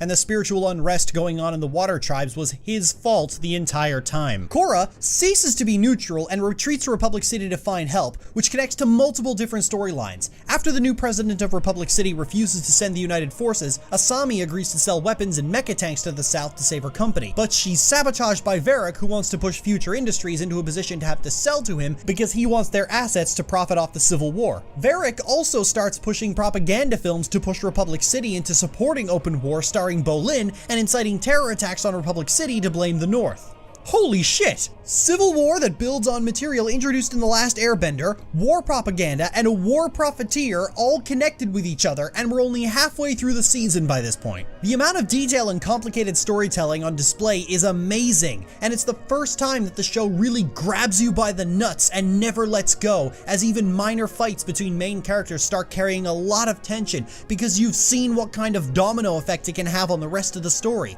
You even get old school plot divergences with Tenzin going on vacation with his family, who are still the best characters in the show. This is the kind of writing that the entire series needed so much more of, a densely packed and interconnected story that takes full advantage of the fact that the series is running on a continuous narrative and can keep throwing curveballs at you with new developments and playing off material we established a few episodes ago to guide said curveballs right into your groin. Well, that all sounds great, you might be saying, so what's the problem? Well, we still have another half of the season to go, that's what. After departing to seek help from the Fire Lord, Korra is ambushed by a dark spirit and washes up on the shores of the Fire Sages, where we're treated to the real reason the dark spirits are running rampant and Unalaq is hungry for power, and the origin of the Avatar. The Avatar is the result of a light spirit permanently fusing with a human in a constant state of reincarnation to endlessly do battle with a dark spirit who wants to burn all mortal life in the world every 10,000 years. And Unalaq wants to release the dark spirit, and everything he's been doing has just been a means to an end. Because what this story about the chaotic interplay between the four elements built off Eastern mythology needed was God and Satan. Objectively good and evil, light versus dark proselytizing. That's the kind of nuanced attitude we need in this show. Anyway, as tension for Vaatu starts to ramp up, the civil war falls by the wayside. We get maybe one battle between the Northern and Southern Water Tribe, and we wrap up that bit with Varric trying to escalate the war for the sake of profits, and then all our focus is put toward the conflict between Rava and Vaatu. Immediately, Season 2 commits the cardinal sin of character-based storytelling. It starts treating its lore as this big important thing that needs to be fleshed out. I've talked about this before, but there's a severe dissonance between the values of good storytelling that makes something memorable and interesting, and what hardcore fans think makes a story memorable and interesting. And detailed lore is very much in the latter category. All this crap about the Avatar spirit and Avatar Wan and harmonic convergence and Vaatu being imprisoned for another 10,000 years so he doesn't blanket the world in darkness is all needless bullshit. Worse even, this unnecessary exposition dump does three things to ruin the story. One, it undermines the Civil War. Civil wars are great conflicts because there's no objectively good or evil side in them if you write them properly. You can have each side be as well-intentioned or petty as you like and force the viewer to engage with the story and pick a side. You remember Captain America's Civil War, where the two sides are fighting over whether the Avengers should have complete autonomy or submit to the United Nations? You know how you can tell that was a very well-written film? Because it's possible for viewers to be Team Cap or Team Iron Man. Each side makes enough good points and had enough valuable ground that it was possible to break the base. And breaking the base is what Civil War stories are supposed to do. If you don't have fans arguing about which side was truly in the right, you fucked up. Season 2 of Korra starts doing this with Unalaq talking about how he wants to bring back the Water Tribe's spirituality that was lost in the last few centuries. We see inklings of that throughout the world. The Legend of Korra takes place in a much less spiritual time, with even the very spiritual Tenzin struggling to enter the spirit world. We can see how brash and bull-headed Tonraq is. The only way Unalaq was even able to trick him into being banished was because he knew his brother had zero respect for the spirits and would trash that forest. That was still his own fault. He should have known better. We could have had the kind of nuanced and thought-provoking story the writers clearly wanted to make, but they just couldn't restrain themselves. 2, it explains the magic. Don't explain the magic. Just don't fucking do that. We all saw this, right? It's an alright movie that's extremely overhated, but this scene is really dumb and unnecessary. Honestly, were there a lot of people out there at the end of Avatar begging to know the origins of the Avatar cycle and where the lion turtles came from? Actually, there probably was, and the writers listened to them. And now Season 2 is the most hated season among the fanbase because of fucking course it is. Fans always say they want the magic to be explained and they want all this lore and backstory for everything, but fans don't have a fucking clue what they want, especially when they totally misunderstand the values of the things they consume that they think explaining the Avatar cycle was something that needed to happen. 3, it turns the story into a fucking fanfic. If there were a list of things you should never do when writing a story about the Avatar, the words Dark Avatar would be right at the top of that list, bold-faced, underlined, circled with red ink, with arrows pointing to it reading, "Don't fucking do this!" Coincidentally, right underneath it would be Dragon Ball Z Hadouken lasers. Season 2 of Legend of Korra does both of these things, and while some people may find these trite and lazy methods of increasing tension and pretending a fight scene is more intense than it really is, this was the point where most of Korra's fanbase were immediately turned right the fuck off from the season. Coincidentally, it also points to just how fanfic in nature the writing is. Fanfics emulate Dragon Ball Z in their stories because it's the only way they understand to increase tension, while properly introduced works increase tension by working on the relationships between all the characters involved. But all that work that has been built up over the season was abandoned the moment Korra discovers Unalaq lied to her and joins the Kill Unalaq party. This feeds into the larger season-wide problem of all the goodwill of the story being abandoned the moment Rava and Vaatu were introduced, because it turns a messy civil war into a battle against God and Satan. And Korra was never written with that idea in mind. It was written from a Knights of the Old Republic 2 perspective, where things are messy and you learn that the reason the Sith continue to exist despite being constantly permanently wiped out is because people are always becoming disillusioned with the Republic and the Jedi. But where Korra differs from KOTOR 2 is that it keeps contriving reasons for its antagonist to still have to die, because killing a villain is the only way we know how to make things feel climactic. So we leave season 2 with Unalaq trying to destroy the world after releasing Vaatu, but Korra concluding that maybe he was right in opening the spirit portals anyway, concluding that Avatar 1 made a mistake closing them despite having a very good reason for closing them in the first place. The reason I compare this to fanfiction is because this tangled mess of contradictory ideas, themes, and execution is something you expect from fanfiction precisely because the people who write it are often novices, and these mistakes are to be expected and eventually be ironed out.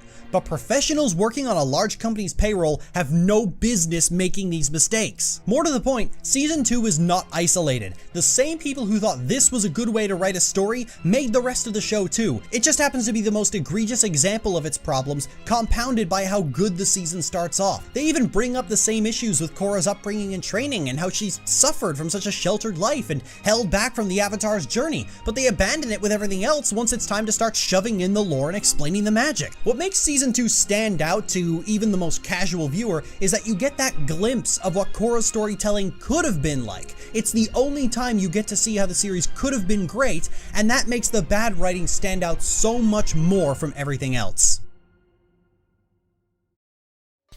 Okay, so really quickly here, I just want to, put this out there because it's really important. East Asia has its own collection of religion. Those religions well, let me rephrase that. Those religions include, but are not limited to, polytheism, non-theism, heathenism, henotheism, monotheism, pantheism, pantheism, and agnosticism. All of these are their own entirely separate religion, but because they are all kind of versions of the same religion, and I mean that as this. There's a wide variety of terms, and the traditionalists tend to describe it as Far East religions.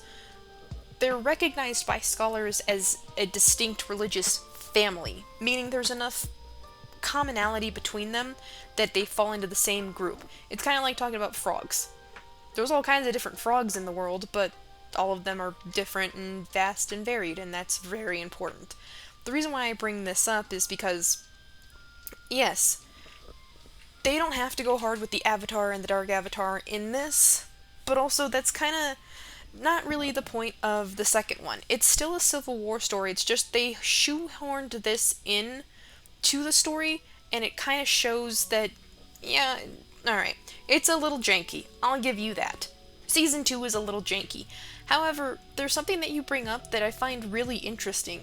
You say this is like fanfiction writing. You write fanfiction. I've seen videos of people tearing apart your fanfiction work. You want to talk about novice writing? That is novice writing. Sorry, it is. And that's not trying to be mean and shit. Realistically, it's not. That's not me trying to be mean. Fanfiction is where most writers it's where they get their feet wet. I'll be honest, I was a fanfiction writer. I got my feet wet in that arena so that way people who liked reading could tear my stuff apart, so that way I could grow as a reader and a writer. That's important. So yeah, bad fanfiction writing is a thing, but it's not the worst thing ever. Despite what Miss Orchard likes to say, that's not really a thing. Not really. Bad fanfiction writing is how most authors start their stuff. You start writing just to write. It's a skill that has to be expanded upon. Now, granted, if there was a certain way that the company that's making this show possible has deemed that you have to go, and they're gonna change everything, then that's it. That's an entirely different thing. Which I'm more inclined to believe that maybe they had an entirely separate idea for what they wanted to do, and then because of, I don't know, whatever the corporate people decided to do, they changed it. You being this rough on the writing, as a writer, it's only if it's really bad. But if it's a show and they made stupid, horrible decisions, that's one thing. And here's the difference, right? I'm gonna bring up Voltron in this situation. In Voltron Legendary Defenders, they introduce the fact that one of their main characters is gay. Cool. They introduce his boyfriend. Also cool. They kill off that boyfriend the same episode that they meet him. Not good. Now, when the backlash came for them. They tried to pull it was the corporation's card, and the corporation literally yanked out receipts and said, we told you to your face don't do that, and you did it anyway. Now, I'm more of the opinion of that's not what happened for Korra. I have a feeling this was somebody with a lot of money to promote their own self-interest said this is the way we're going to go, because how dare you talk about any other religion in America other than Christianity. I'll be completely honest, I was raised in a not Catholic, a Christian-esque household. I personally believe in God and all of that, but I don't go to church and all of that for no other reason than I dislike the idea of religion that I have to go listen to somebody prattle on at me. But I also know for a fact that what I know of other religions could barely fill a cup, let alone like a thumbtack worth of knowledge. So trying to shove in Eastern religious ideals at somebody might come off disingenuous because most people might not understand it. That's not to say that you shouldn't try to introduce stuff to people.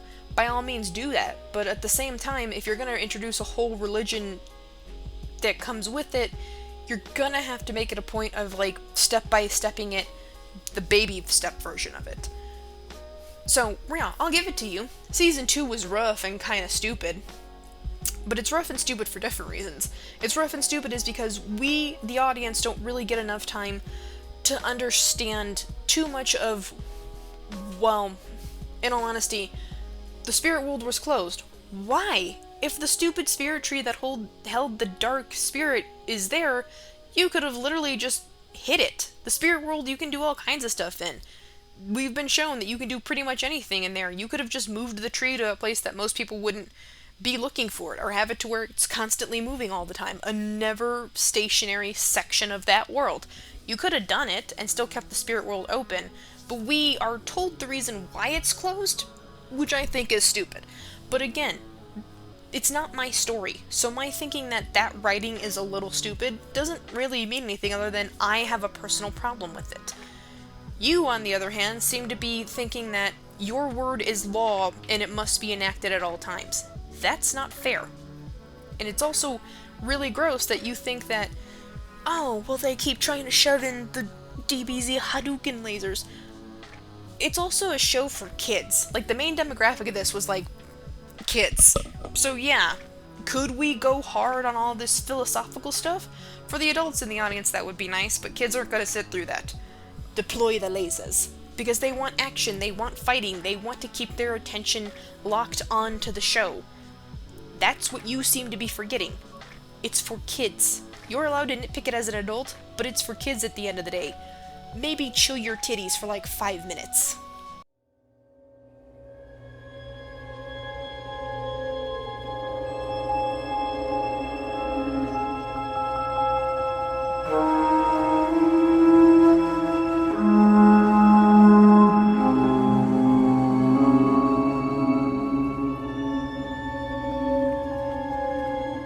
Well, this show relies so heavily on its villains to drive the plot, we might as well move on to the most infamous of the bunch, the Red Lotus. Zaire is introduced as one of the non-benders gifted with airbending as a result of Korra doing the with the spirit portals. Unlike the other new airbenders we see, Zaire demonstrates an innate mastery with airbending the moment he's able to apply it. We see snippets of Zaire freeing a number of other extremely powerful benders, but for the first quarter of the season we're focused on Korra and the gang zooming around the Earth Kingdom looking for other airbenders. This brings them to Ba Sing Se, where it becomes clear to everyone that the Earth Queen has become an exceedingly powerful tyrant, more concerned with preserving her own opulence than actually governing her people, and has even kidnapped the airbenders in Ba Sing Se to conscript into her army. At the same time, we also learn that Zaire and his 3 buddies had tried to kidnap Korra when she was just a little babu, and this is apparently supposed to serve as a justification for the White Lotus training her within the compound her entire life. Then the season waffles for several episodes as we deal with Suyin and Lin, who we'll get to later, the new generation of airbenders, and then we finally get back to the plot when the Red Lotus plots to kidnap Korra a second time from Zaofu. This leads to what is probably the best actual fight scene in the entire series. As the main characters are pitched against absurdly powerful benders, they're forced to fight a lot smarter, using metal bending to create cover cover, exploiting Bolin's honed accuracy to stun that one combustion bender, roping Zaire's staff and later slicing his glider, using firebending to evaporate water tendrils and taking advantage of tiny openings to completely destroy their plans. It's one of the most brilliantly written fight scenes in the entire series. It's right up there with Toph fighting in the earthbending rings. Later, every guard is questioned regarding how the Red Lotus even infiltrated Zaofu using a truth seer to determine who's lying, and it's glaringly obvious that the truth seer himself is the one responsible, and the show lingers on it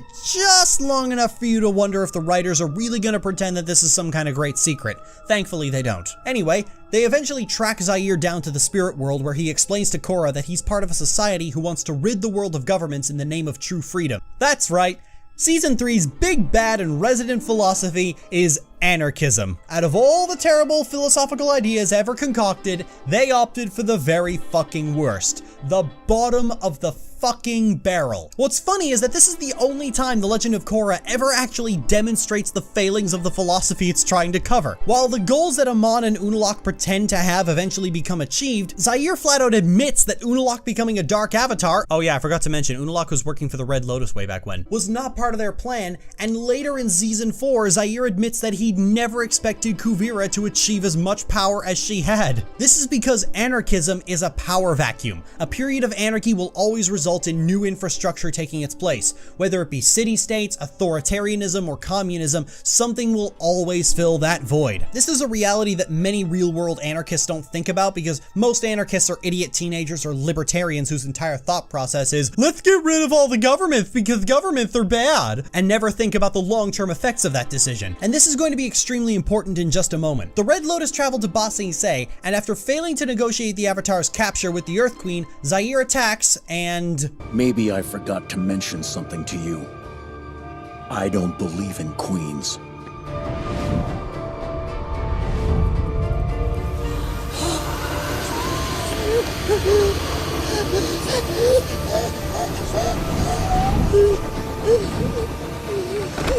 You think freedom is something that you can give or take on a whim. But to your people, freedom is just as essential as air. And without it, there is no life. There is only darkness. For a lot of people, this was some kind of crowning moment of badass for Zaire.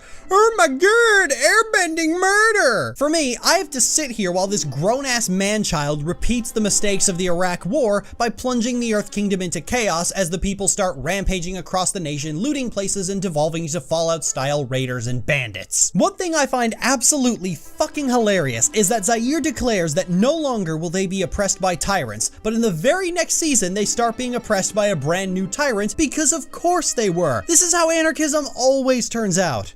Anyway, after fucking over the Earth Kingdom in the name of short-sighted idealism, Zaire threatens Korra that he's going to wipe out the new Air Nation. After failing to track him in the spirit world, Korra seeks wisdom from Fire Lord Zuko. And if I'm being perfectly honest, this is one of my favorite scenes in the entire series. This scene, and another we'll get to in just a moment, are two of the most heartbreaking moments in the series, and just like the first half of season 2, really show what Korra could have been if the writers gave even half of a shit. Zuko tells Korra about how rebuilding and protecting the Air Nation was Aang's dream, and that while he would have sacrificed anything to protect it, Korra needed to remember that the Avatar belonged to all nations. What's wonderful is that this mirrors a scene from The Last Airbender. When Aang is getting wisdom from his past lives on whether he should kill the Fire Lord, he's becoming more frustrated that nobody's telling him that his beliefs are just. So in a last-ditch effort at a confirmation bias, he contacts the last air nomad Avatar. Avatar Yang Chen chides Aang for his selfishness and tells him that the Avatar must do what is best for the world, regardless of his own personal beliefs. Zuko tells Korra that giving herself up may be effective in the short term, but that unlike Zaire, she needs to consider the long-term consequences of her actions. But what really seals it is the look Zuko gives Korra upon learning that she spoke with Iroh in the spirit world. You can tell that Zuko's only just learning that his uncle is in the spirit world and could possibly see him again.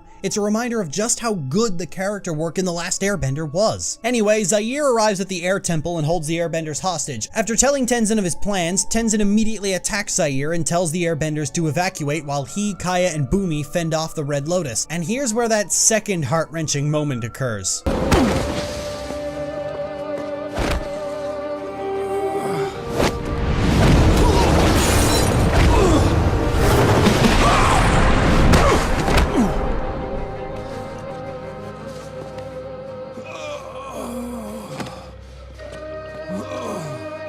give up, it's over. As long as I'm breathing, it's not over.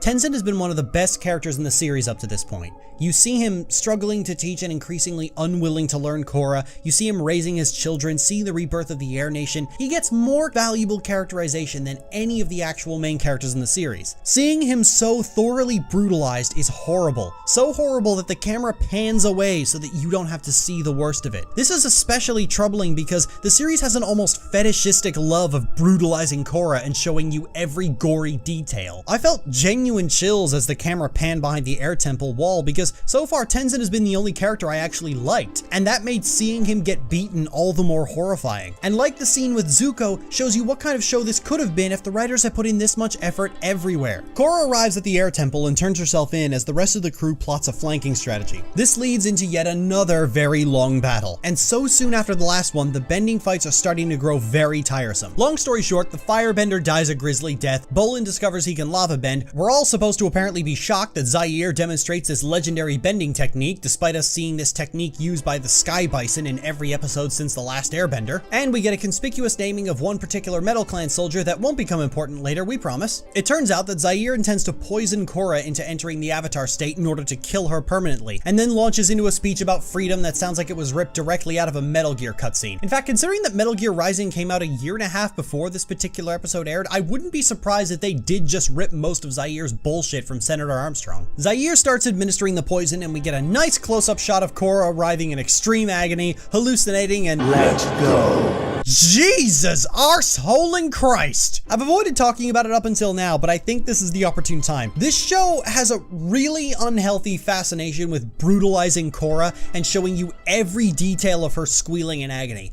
While other characters are given the opportunity to take their beatings with dignity, Korra does not get anywhere close to that kind of dignity, and the writers seemed keen to show you every possible moment of her torture at every possible opportunity. I don't like to assume extremely horrible things about people unless they give me adequate reason to, but I can come up with no other reason for why this happens so frequently and in such gory detail to Korra and only to Korra, other than the writers are getting off on it. So after the writers are done cleaning up, Korra finally enters the Avatar state and rips herself free and starts chasing Zaire across the mountainside for about a minute before falling over again. Zaire starts to suffocate Korra, and then Jinora and then Zaire's finally defeated. After Suyin saves Korra, Zaire starts yelling desperately about how chaos is the natural order, and Bolin treats him the way you should treat all anarchists by shoving something in his idiot mouth so he finally shuts the fuck up.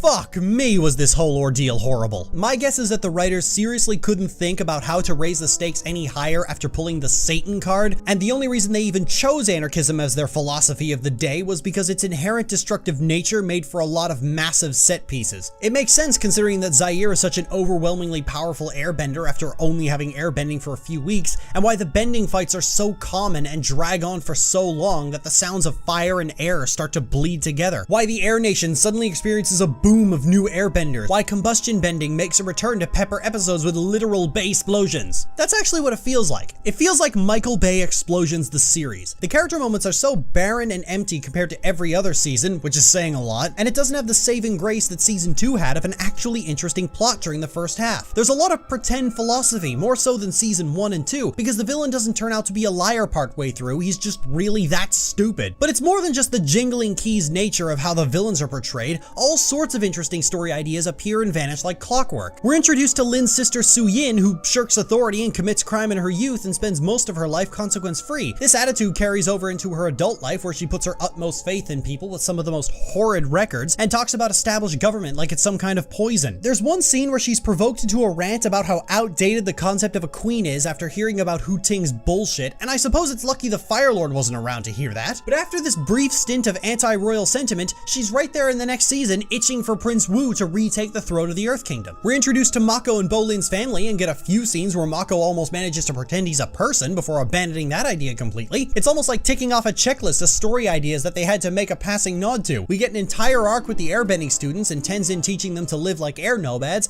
and it almost feels like this is going somewhere, but it seemingly gets dropped after a minor event with Jinora and Kai, and we're right back to these four idiots. The season even ends like this. Korra's been beaten and poisoned so badly that she's in a wheelchair, and if you think we might finally get to see Korra experience real tangible change to herself for the first time, the next season opens 3 years later and Korra's already mobile again. The closest thing that Korra has to deal with is lingering post-traumatic stress disorder and poison in her body, but she manages to remove the poison after some training with Toph. But there's still her PTSD, right?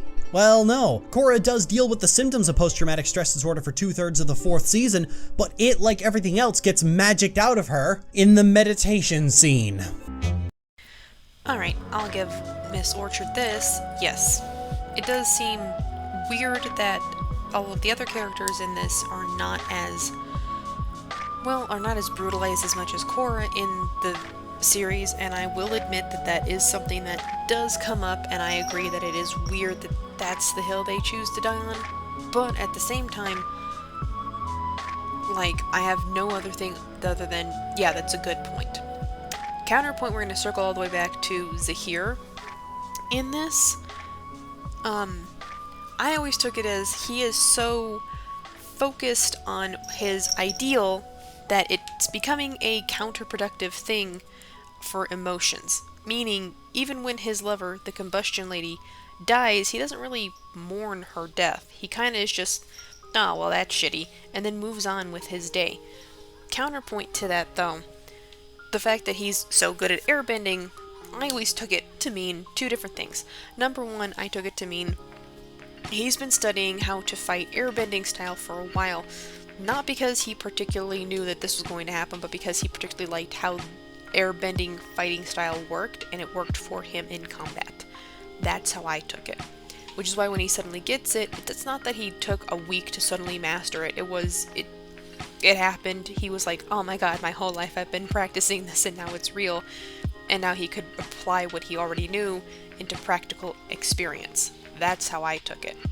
I will give Miss Orchard this as well. Yeah, anarchy is a stupid-esque philosophy as far as the political section goes, only because of how it is utilized. So that is very true. However, and this is the most important part of this little section of mine, they spend so much time looking for airbenders in other parts of the world and they are waffling around. No, that's actually not what is happening. What's happening is that the airbenders are now scattered far and wide, and that means two different things. It means that they are going to have to find them, and they are going to have to recruit them so they can teach them stuff. Because you want an airbender that knows what they're doing, not an airbender that's one day just going to wake up, sneeze aggressively, and take out an entire wall in someone's house. That's not what we're trying to do. Realistically, that's what they're trying to accomplish. The gang for Korra is all trying to do this. Now, again, right, this seems more like nitpicky stuff from her part. I can see why she thinks that this is a good hill to die on. And I'll even admit it is a good hill to die on because it does establish other characters that we meet in Season 4. It's just how she says it sometimes makes me think maybe you're being a little bit harsh on it. Not because it actually is harsh, but just because it sounds harsh. Realistically, it would be a lot easier to describe just in general the things you know work good in series, what things don't work, and explain why it doesn't work in conjunction with the series as a whole. And hi, kitty.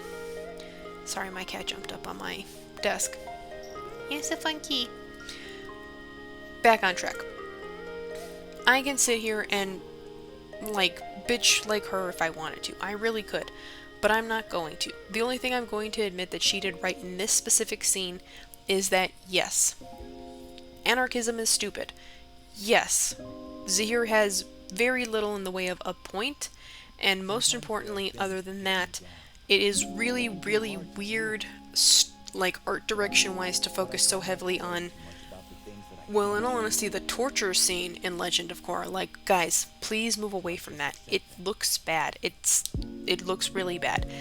Worst part about it, though, other than the fact that it looks bad, is the fact that, well, no offense, but in Korra doesn't really have too much in the way of how they treat her, and by that I usually mean, I mean this in the best way possible. Korra, throughout the entire series, has been strung along from one place to another. However, I feel that is more of a writing issue, more so than a show direction art-wise issue. And I feel like this entire section was more focused on Zahir and what specifically he was doing wrong. If you wanted to just talk about the Legend of Korra villains, that could have just been its own entirely separate video. But I feel like she is not really focusing on Korra herself.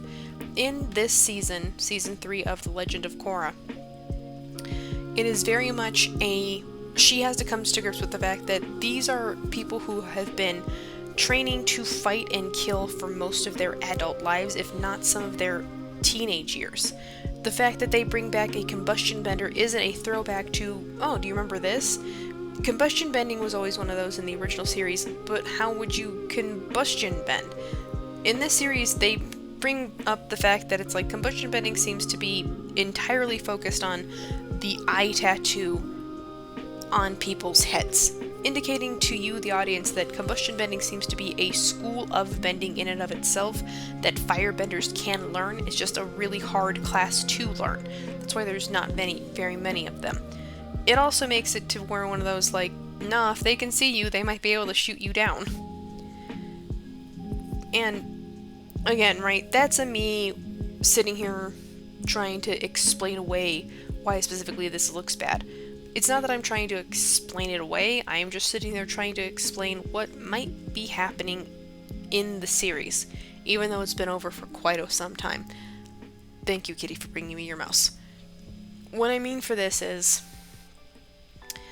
The Legend of Korra good? Not really. Is The Legend of Korra terrible? Also not really. Just like all shows, it has its good and its bad moments. And I feel like, well, on a personal level, in this, The Legend of Korra is garbage, and here's why. The positive section of this specific video of hers should have been a little longer, because Korra had more positives than she's giving her credit for. And realistically, it seems to be more nitpicky stuff than anything else that seems to be really bothering Lily in this. And I'm not saying that that's a bad thing, right? If something is personally bothering you, you're allowed to say so. But again, you should pepper that with I feel or I believe, indicating that it's not a everybody and their mother thinks like you do kind of a thing. It's not. Like here, I believe that Legend of Korra Season 3 was actually some of the weakest writing in the series as a whole. And I only know that is because I've been personally rewatching it on my own because I need stuff to watch while I'm at work and on lunch. No. But Hella, you work from home. I do, but I'm allowed to have stuff on in the background. Stuff on the background helps keep me focused and productive. Realistically, that's what it is, that's what I do, that's what I enjoy. So that's what we're gonna stick with. Counterpoint to all of this. I know for a fact that this is a show that has inspired a lot of people to feel a lot of different things. That I know because there's still a really big fan base for this. There's a bunch of stuff on AO3 fanfiction-wise. Not all of it good, but all of it there. There is even stuff on YouTube of just, like, Legend of Korra stuff individually for all kinds of things. Legend of Korra was an inspiration. Realistically, that is what needs to be reminded of in this. I understand why Lily doesn't particularly like the series as a whole, but I also feel like she should have been a little bit more genuine in this Season 3's Red Lotus analysis. What I took away from the Red Lotus specifically was that these are people who, stupid as it was, believed in their honest-to-God conviction, and that honest-to-God conviction eventually led to them making poor decisions.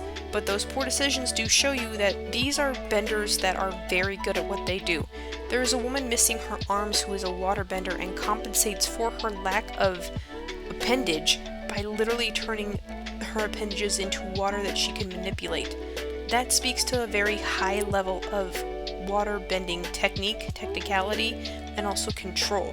The combustion one, like I said, seems to be from a race of firebenders, or a sub-race of firebenders, or subsection of school of firebending that can use literally what appears to be bombs etched out of the very air around them, literally causing explosions in the air.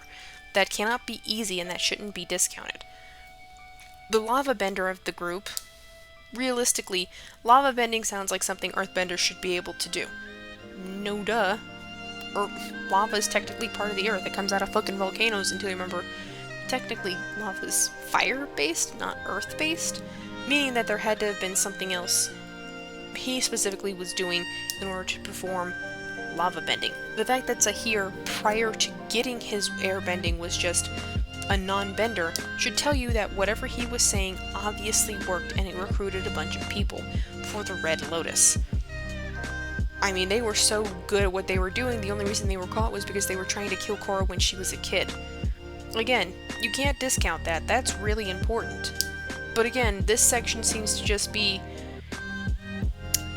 it seems to be trying to explain away why the Red Lotus was bad at what they were doing, but also good. And it's very, gonna be completely honest, it's a little confusing as far as an argument goes.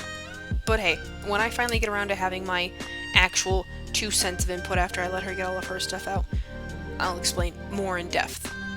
Realistically, I have no reason not to.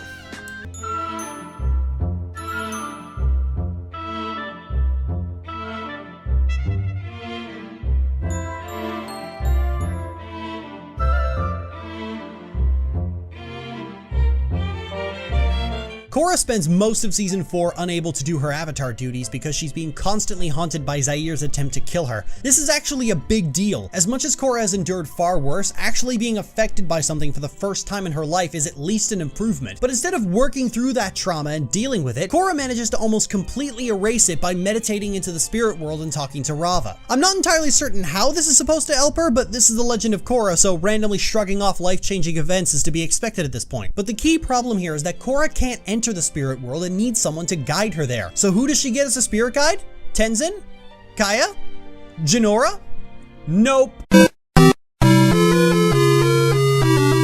That's right, Korra's being led into the spirit world by the very person who put her in this position in the first place and being told to trust him. Which is like trying to sue the Vietnam War veteran by showing him your firecracker collection. And Zahir peppers this with all sorts of crap about how Korra's just deflecting and blaming him for her own problems, and Jesus fucking Christ. I can just hear the writer standing behind the camera going, "Ooh, our direct metaphor for someone's abuser is helping Korra get over the metaphorical abuse. We're so edgy." And considering how the rest of the series reeks of someone being insecure at how much The Last Airbender was a children's show at heart, I'm wondering how many of these awful decisions like this were made with that same mindset. This, for me, is the defining moment of The Legend of Korra. It's the most telling portion about the priorities in writing and the most straightforward expression of all of its problems. A compelling character idea is erased, and the implications of that erasure are less valuable than the idea being erased. All done in the name of having the villain kind of have a point. Because that sounds smart to somebody who's incapable of thinking about this for longer than half a second. The Legend of Korra is the show where the creators try really hard to convince you that they're very grown up and smart,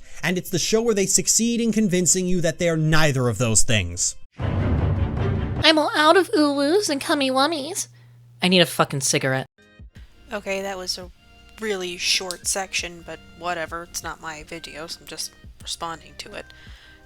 The reason why Korra might be going to the man who caused her to have all of her PTSD might be because she knows that he is very much in tune with the spirit world, so much so that he's able to fly all on his own, which is something most airbenders can't do because they don't have an intense connection to the spirit world as a whole.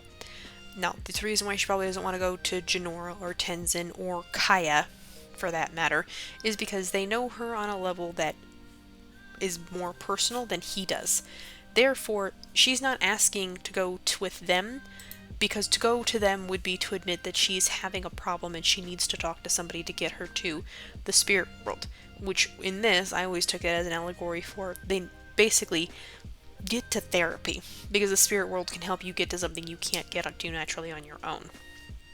Is it gross? I mean, I guess so.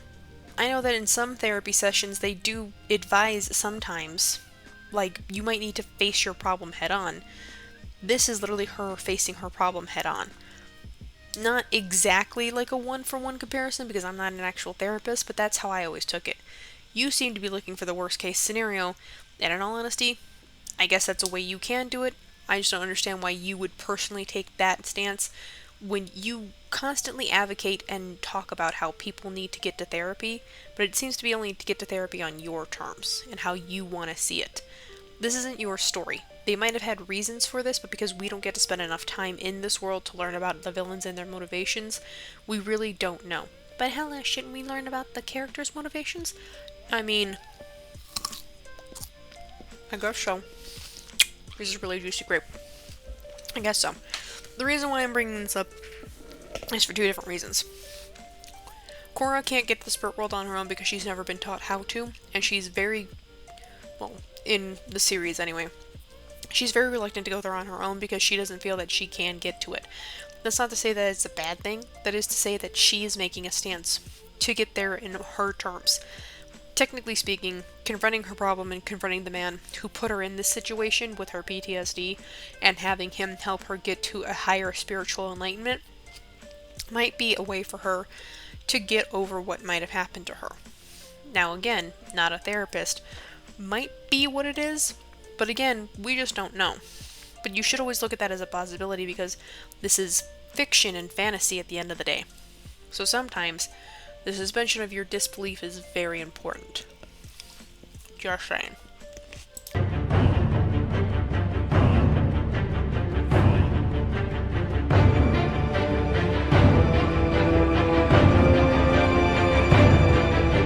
The thing that hamstrings Korra more than anything else that I've already talked about is its themes. The Legend of Korra really wanted to be a smart show for older audiences and get out of the animation age ghetto that, for reasons that continue to elude me, we apparently don't want to be in anymore. But while their intentions may be good, having to tackle more messy subject matter reveals just how little the writers understand of these issues they're talking about and how little they pay attention to how their own writing affects that. In the very first episode, Korra, and by extension the viewer, is introduced to a protest about benders oppressing non-benders.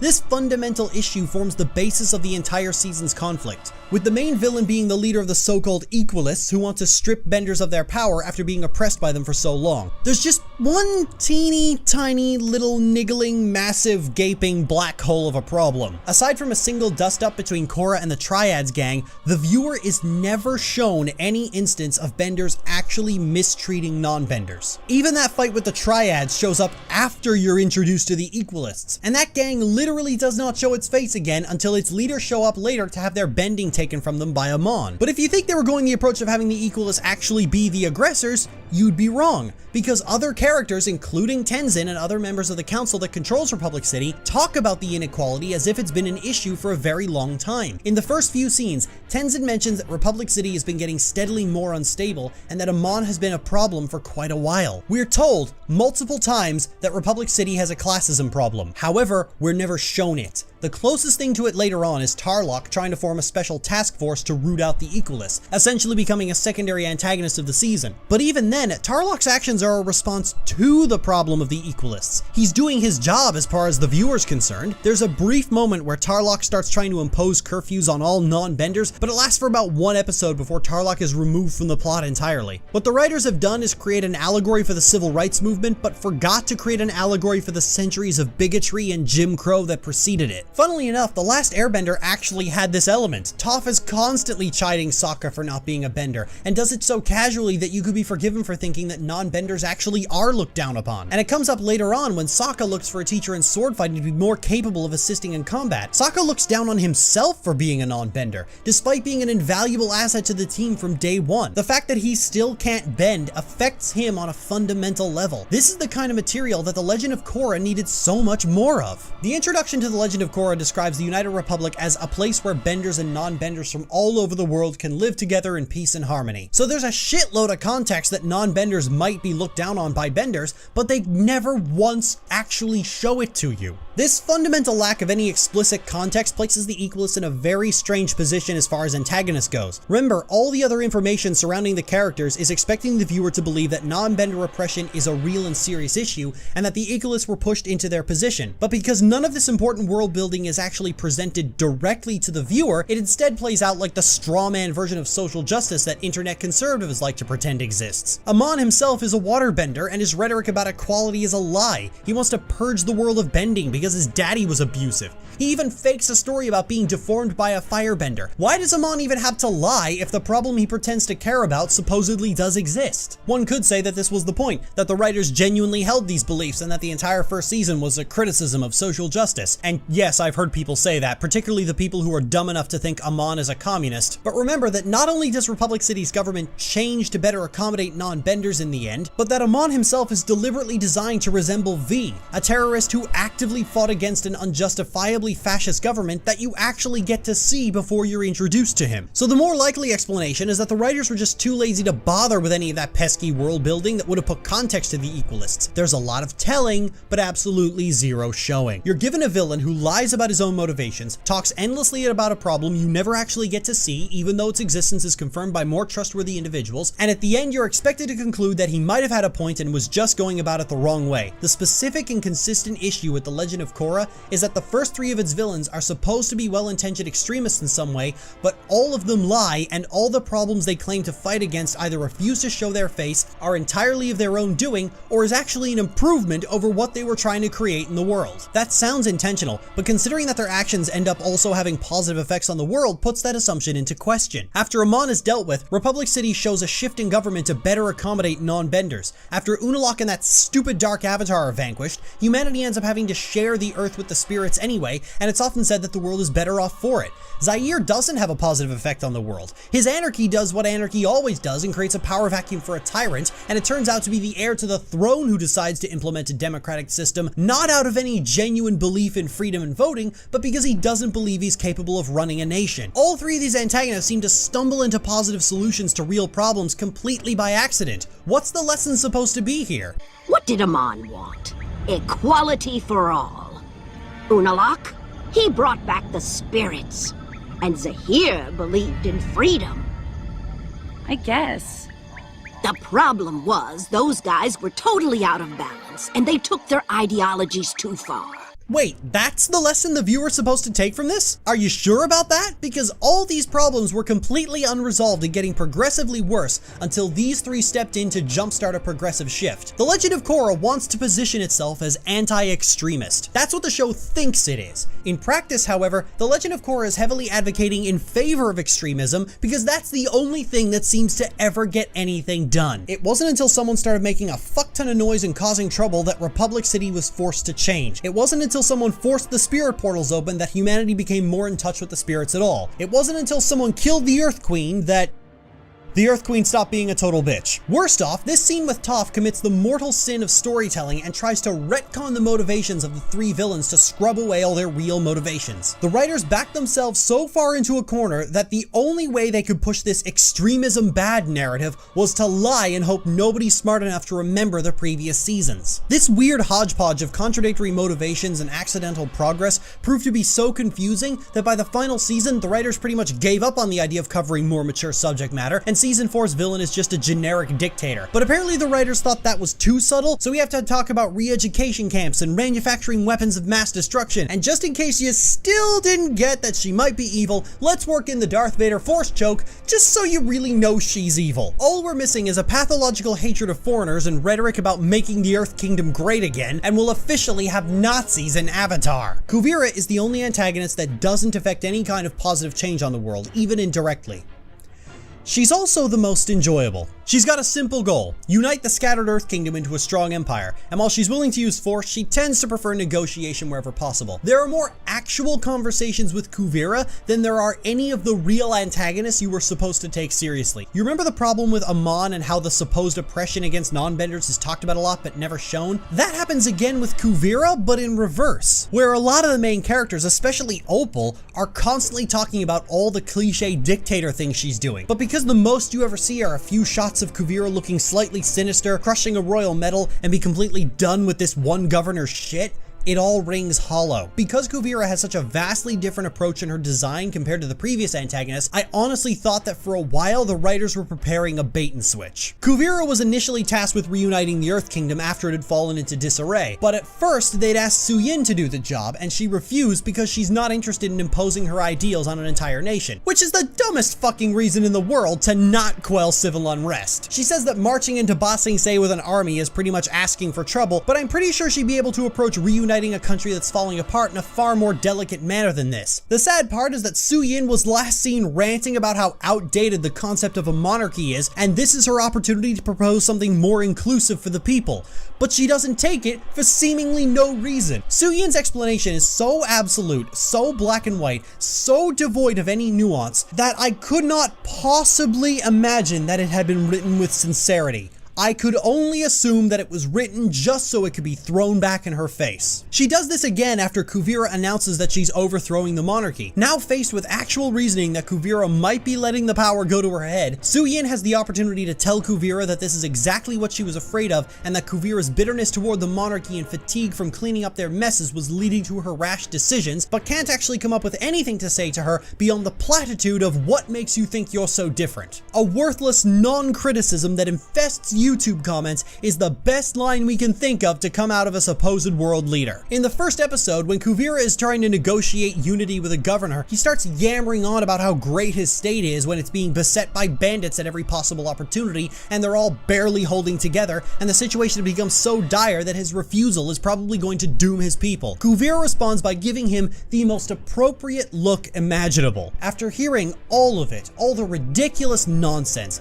the meaningless platitudes, all the moaning and whining and crying and belly aching from the main characters throughout the entire season, I was thoroughly expecting the writers to pull the rug out from underneath everyone and have Kuvira actually build a functioning nation, and just to ask, why? Why is the Avatar so fucking incompetent that she's getting her ass kicked at every turn, to the point that a complete lunatic was able to destabilize the Earth Kingdom? A lunatic that, by his own admission, didn't expect such anarchy to create a power vacuum, despite the fact that it's common knowledge that anarchy always creates a power vacuum. Why did the most trusted world leader and most respected figure in the world think it wasn't possible to reunite a broken country without being seen as Hitler? Why did everyone who wanted the Earth Kingdom to be reunited suddenly start bitching and moaning when it was actually being done, while the Avatar was on the lam fighting boxing matches and playing in the mud with Toph? But if you were like me and were thinking that maybe the writers were about to address all the problems with the show thus far, you get to eat shit. Because instead what we actually got was metal-bending Ozai getting into a giant robot to try and take Republic City after echoing the Earth Queen's sentiments about the United Republic being Earth Kingdom territory. And the reason you didn't see her doing any of the horrible shit people claim she was doing was for the same reason you didn't see non-benders being oppressed. Fucking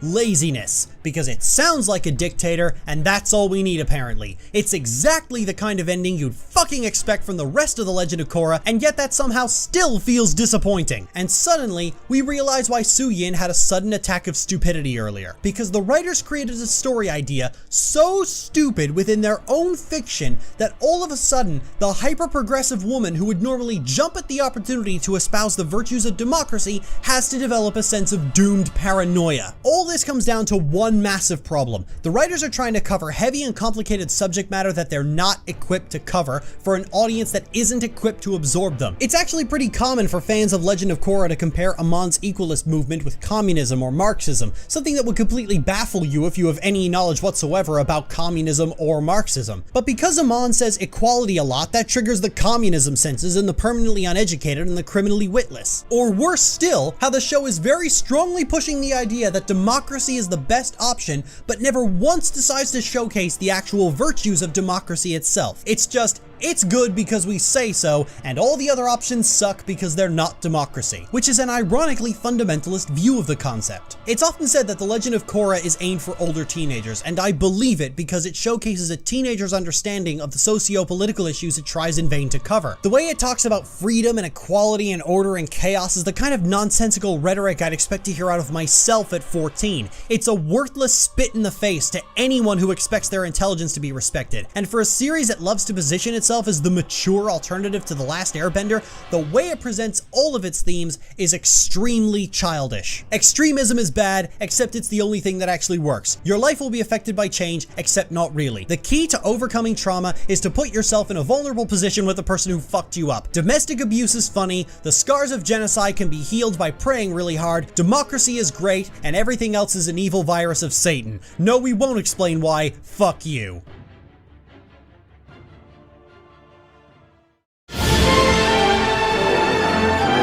Genocide bad, ooh. There's just so much to unpack in that one thing. Number one, I'll give it to you, right? Maybe all the other villains that they pulled out made it to where Kuvira's final season, like the last ditch villain, maybe they could have done a little bit better, maybe they could have put her in a different season, whatever. But I feel like you are once again being maybe just a little bit reductive and a little bit disingenuous. Realistically, if an audience is paying attention to what they're watching, not watching it while it's on in the background, meaning they're not watching it at all, you can actually get away with this show don't tell metric. Because if you read certain stories and everything, what you don't say is just as important as what you do say. Realistically, it's really easy to hammer on and on and on about your setting, your location, your world, and all that other jazz. But if what you're hammering on and on about doesn't actually help you progress the story, it kind of doesn't do anything. Realistically, that is something that a lot of people seem to fall or trip up on, is that whatever you're writing, you have to write it with conviction, and you have to write it with the intent that your audience is going to be reading along and following with you.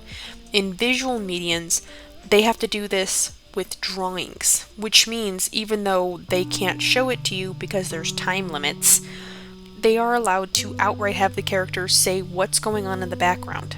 Just because you are not there to witness it does not mean it didn't happen. This is like that stupid old adage, if a tree falls in the forest, does it make any noise? No, duh, it makes noise. Just because you are not there to witness it doesn't mean it doesn't happen. This is like whenever I hear people complaining about, oh, what happens when the world ends and we're not here? The sun's still gonna come up in the morning, darling. We just won't be here to record that history. Realistically, that's what a lot of people seem to forget. In Legend of Korra, it doesn't need to be outright stated to you. If you're paying attention, you can kind of make the connect the dots motion anyway. But hey, again, I don't know if you've got this on while it's being watched. I don't know if you've got it off while it was being watched. This video is old that I'm critiquing, but realistically, yeah, I'm in the middle of watching it, and I promised I'd have Legend of Korra stuff on my channel, so that's what we're gonna do and move on and call it good. Oh man. Is this video actually almost over? I hope so, because we're on too many parts now, and I wanna be done with this so I can get my 2 cents out.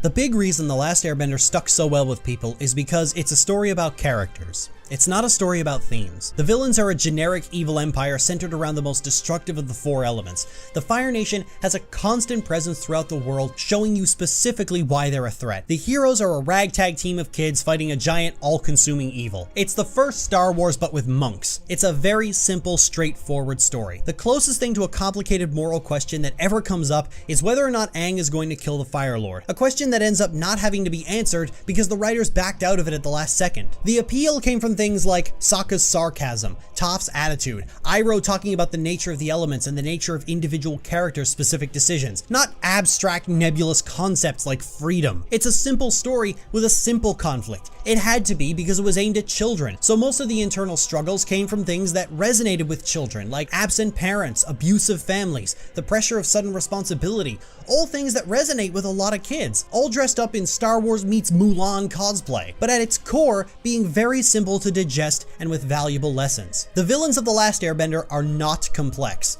They didn't need to be. The complexity came from the main characters. It didn't matter if Ozai, Azula, or Ty Lee weren't particularly complex. The characters that needed to be compelling were Aang, Katara, Toph, Zuko, and Sokka. The Fire Lord didn't need to spout half-assed philosophy. He needed to be powerful and dangerous because his purpose was to be the culmination of Aang's character arc, and he served that purpose excellently. The Last Airbender is not a very mature show. It's silly, it has simple themes and extremely simple antagonists. It's a show where you could totally call a villain Sparky Sparky Boom Man and not bat an eye. There are a lot of really insecure people who get very angry at the idea that animated shows are only for children, but the reality is that animated shows and movies are often at their best when they're made with kids in mind. There simply isn't a theme worth exploring that actively requires the trappings of a mature movie. Harry Potter is beloved by children, but that's a book series that's literally about the rise and fall of an autocrat, with a villain who is defined by the idea that anything less than complete purity of blood will lead to the destruction of wizard kind. Pixar movies are pretty fucking deep and actually pretty smart when you stop and think about them. You're not gonna get more value out of an R-rated animated movie. A movie doesn't get an R rating for smart themes and the exploration of the horrors of humanity. It's gonna get an R rating because there's boobs and penises and lots of swearing and blood. That's not a disparaging observation, that's just the reality of how the MPAA decides its ratings. The reason adult animation so often fails is because it's never made by people who wanted to make a good story. They're made by people who are really insecure about animation being for children, and when you start from that foundation, nothing you make will ever be good. Avatar was a very smart show because it wasn't focused on being anything more than what it was. It just had to work with the tools it had. We get a really funny episode with Azula trying and failing to adapt to civilian life, and that implicitly tells us just how much damage her father's done to her. Or Zuko journeying alone through the Earth Kingdom and seeing the effects that his father's war has had on people, and how quickly they turned on him upon discovering who he was. Because we weren't getting wrapped up in poorly thought out philosophy, we got to see something truly amazing, the effects that war has on people. This seemingly shallow setup that many fans nowadays try to pretend is less interesting than Legend of Korra opens up a lot of opportunities as the characters journey across the world, meet new people struggling with war, and get into a lot of smaller adventures along the way. The writers had no way of knowing which moments would resonate the most with people, and that could potentially be why they resonated with so many. The fact is, when it came time to make a sequel, the writers were more concerned about recapturing that magic rather than just telling an interesting story, which is why the new cast of characters is just the old cast of characters but grown up and more generically pretty. Why all the reskins of Ozai try to build on Firelord Sozin's Manifest Destiny bullshit because the writers mistakenly thought that was the part about the Fire Nation that was interesting. I'm sure a lot of people would blame Nickelodeon for executive meddling, how the creators didn't have time to build on all their interesting ideas and that's why they fell flat. But the sad thing is that the creators did have the time, they just didn't bother. Remember that Civil War storyline? They had an entire second half of the season to build on that, but the creators clearly felt it was more important to explain the origins of the Avatar and introduce the God and Satan analogies. They made the choice to fill the third season with explosions and bending fights over any real story. They made the choice to spend more time on pro-bending than on establishing the actual conflict of the first season. They made the choice to clone the previous gang without any thought to truly developing any of them. You see the opportunities they had to make something truly great in the moments with Tenzin and his family, or Lin Bei Fong, and wonder why they weren't the supporting characters instead of not Zuko, not Sokka, and not Suki. No, the problems with Korra are not Nickelodeon's fault. It's entirely on Brian and Mike themselves. If they didn't have enough time, it's because they wasted all their time on all this bullshit, and the only way I could see them being organized any worse is if they made a show exclusive to Netflix. To close out, despite all my bitching and complaining over the course of this video, The Legend of Korra does have one notable achievement. It is the worst thing that Seychelle Gabriel has ever been involved in, and that's gotta be worth some kind of medal.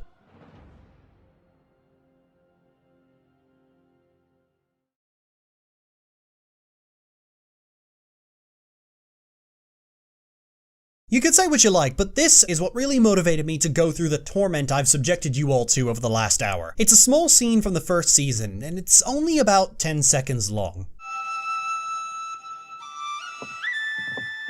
Asami, did you know Cora likes Mako? When I think about this scene, I think about the very obvious fact that somebody wrote in the script, Cora's face juts out like Pee-wee's Big Adventure, while the background explodes and lightning strikes and flashes repeatedly before zooming back to reality. And this somehow went from the first draft, through multiple revisions, the table read, the final draft, the storyboards, the animation, and then to the final editing room, with absolutely nobody asking, why? You remember how I said The Legend of Korra is working its hardest to repeat well-known bits from The Last Airbender? Well, The Last Airbender was well known for its silly and goofy faces because that's the kind of show it is. Because the writers are so desperate to recapture every scrap of magic they can, they went as far as they could to create as many meme faces as possible, and this is one of those attempts taken to its impossible extreme. Out of curiosity, I went and searched Korra face on Google Images, and not only was this not the first result, but the first result was an extremely better and less desperate version of Korra making a surprised oh shit face not 20 seconds later, because the writers are more successful when they stop trying to lick the scraps the previous series has left behind. Some people will say that Korra wasn't well received because it wasn't The Last Airbender, but I firmly believe that Korra wasn't as well received because it tries too hard to be The Last Airbender. Most of the side characters are children or grandchildren of the old characters. The new gang is the hot topic-y versions of the old gang. The new villains are the old villains with 10 times more overt political themes. All the old stuff, but even more. Or, if I could snip some more lines from H-Bomber Guy, slight variations on this frame. The one thing Legend of Korra didn't copy from The Last Airbender is the one thing that made The Last Airbender special. It was different. It did things that no other show has ever done. The Legend of Korra is cliché after cliché after cliché. Good night. Okay, we're done. We've let her get all of her points out, everything's finished, and now I can give my 2 cents. This video is technically not wrong, but it is wrong in how it is presented. First of all, I am not an animation anything. I like watching stuff that's animated. That doesn't mean I have a background in it and I can start spouting rhetoric on whatever the fuck is going on for people's directions of stuff. Something that Miss Orchard most assuredly doesn't seem to grasp is that you also don't have a degree in this. Why are you spouting stuff like you know what's going on? And before somebody yeah-buts me, no, there is no yeah-but. That's the end of the sentence. She doesn't have a degree in animation. Therefore, when she tries to pull in the animation industry this, it rings hollow. If somebody who worked on, I don't know, Hell of a Boss came out and said this, I'd be more forgiving and would believe it more because they actually have the stones and like the background in which to back up that claim. They've worked in that industry. Why wouldn't I believe them? Miss Orchard's claims are what? I personally don't like it, therefore it is bad. Okay, but why? Like, if it's just a personal feeling, it should have been decorated with I feel and personally I believes, not how she framed it.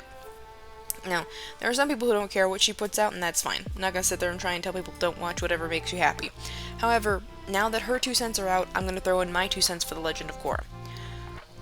Yes, Korra definitely doesn't get a chance to shine well as an avatar because for whatever reason they were really gung-ho focused on this love triangle stuff and everything else. However, if we were to believe, and I do, right, I do believe that The Legend of Korra was kneecapped hard and they only gave them 1 season apiece to get all of their stuff out, that's not a good way to write, because basically you're stuck with the, okay, I guess we'll get this started then and hope everything works. If I did this for 3 seasons, I would definitely make the season 3 villain, Zahir, as outrageously outlandish as possible because I wouldn't know if we were going to get another season, and in all honesty, I would get tired of constantly being told we'll see next season without having any way of knowing if that's true or not from who's ever pulling the strings on this show. However, I don't know, I don't care to know, that's not what my channel is primarily about, so we're gonna move on from it, and we're actually gonna get into the main meat of what I wanted to talk about for The Legend of Korra. The Legend of Korra had a really good idea in Season 1 is because in the original Avatar The Last Airbender, they do make it a point that a lot of non-benders are subjugated. and the people who do bend were often taken out of their own villages by the Fire Nation because they wanted to make sure that the populace couldn't fight back. Which, realistically, that's a smart move if you're going for war. As far as I've been told and far as I am aware, being a non-bender is more common than being a bender is. But this is one of those weird kind of things of, if that is true, that means a couple things right out the gate. Number one, it means non-benders have been getting the shaft for a long time. And that's gotta be annoying. Like, realistically, that's gotta be so fucking annoying to know that, oh, you're not technically considered a threat or an asset, you're just considered there. Realistically, that would probably be the most aggravating part of it to me, would be to be dismissed. Now, Amon makes a good point that if non-benders outrank benders, and they are still the subjugated people in the narrative, that's not good. But again, this is a, well, how do we deal with this kind of a thing? I feel like because we don't get time to actually explore the larger world of Korra, because we are basically speed running the story, that's a problem in and of itself, but it is not the main problem. It is a problem. Keyword, a problem. Singular. Now, I could go on and prattle forever about everything it did right, but realistically I don't want to because I've been rewatching it and everything else. But I will be very generous in what I perceive to be benefits in the Legend of Korra story, because it does deserve to have its benefits spoken of. Number one, I am really glad that they acknowledge that it's been a while since we've been in the Legend of Avatar universe. So everything has to be perceived through a different lens. Number two, and this is probably the most important one.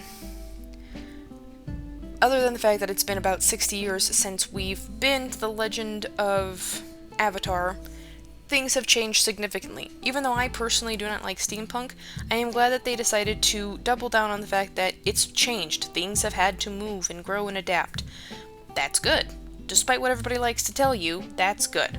If your universe has not grown in the 60-odd years that we've been here, you failed, and I'm not entirely too sure you should be proud of the fact that it hasn't grown. The fact that it did grow at all is still amazing. What else am I thinking of positives? Oh, I am positive that I, for one, really enjoy the fact that we do get to see, even though the world itself has moved on, certain aspects of the world have not. I.e., the spirituality in some places outside of Republic City have still kept true to their old traditions because it's not a main central hub like major cities like Dubai, Shanghai. Important cities that are always shoved into movies because they think it's really important to go there. I'm going to be completely honest. I don't care. I really don't. I think that's the thing that sometimes trips some people up. Not everything has to be put on to, oh hey, look at all these fancy places like New York and like California. Not everybody wants to go to these places, and not everything should be framed through that lens. However, it is a good backdrop because it is iconic enough that you can see it. Republic City in this instance is their version of insert iconic city name here. I'm sure there's more that I'm forgetting, and I'm too tired, and I don't particularly want to go through. My brain hurts after listening to this way too long video. Negatives. Yes, they focus way too much on the love triangle. Yes, they have really bad villains that have good points at the beginning and then fall short. Yeah, they need to stop focusing so hard on the beatdown of their main character. Like, it looks gross, I'll give you that. However, that's it. That's all it took for me to get to the point I wanted to make. It's weird, it's gross, they needed to do better.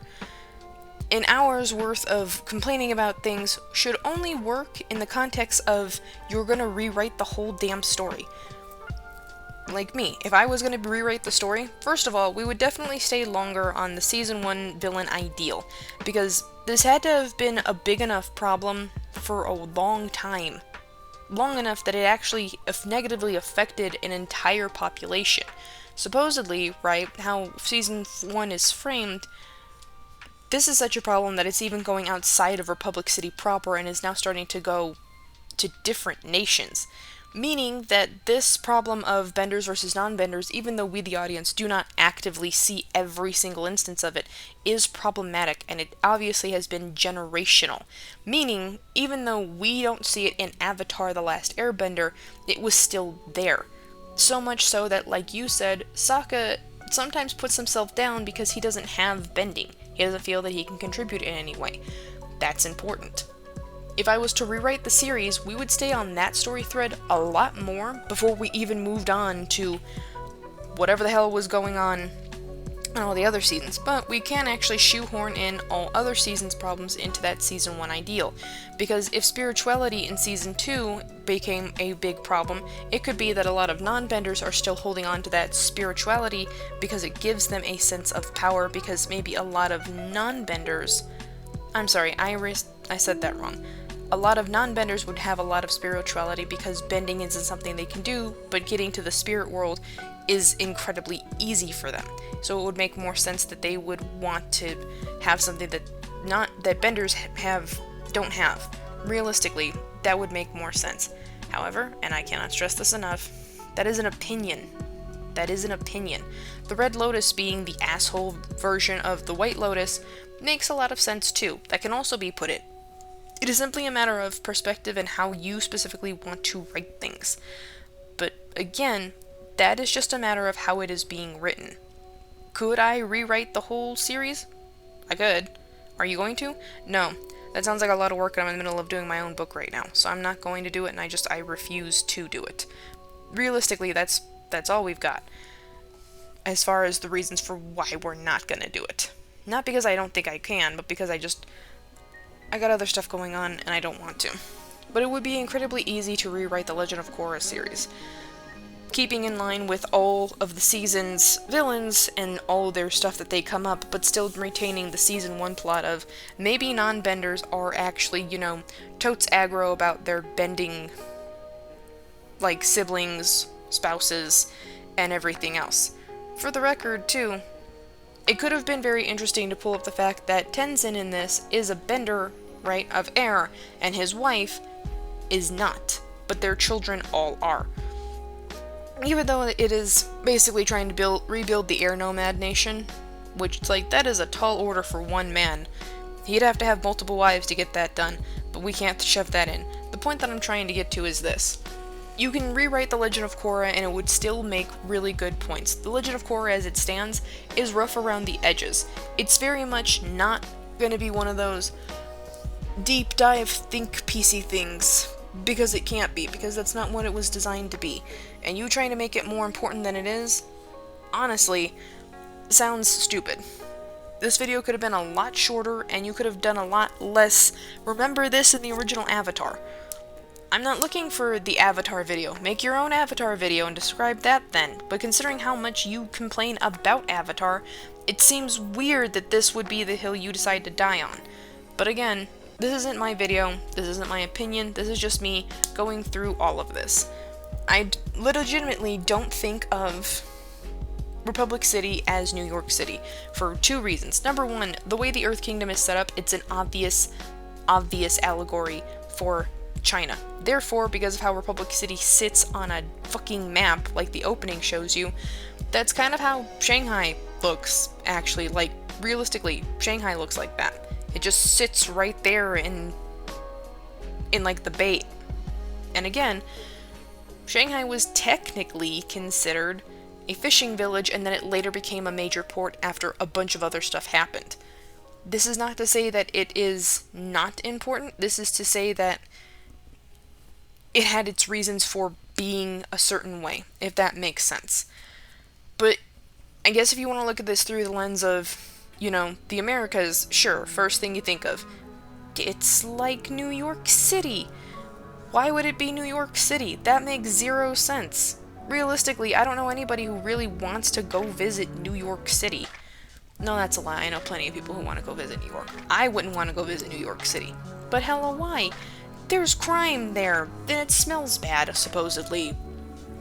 And also, there's big rats. There's lots of reasons to not go, more so than reasons to go. But what about the Statue of Liberty and all that other stuff?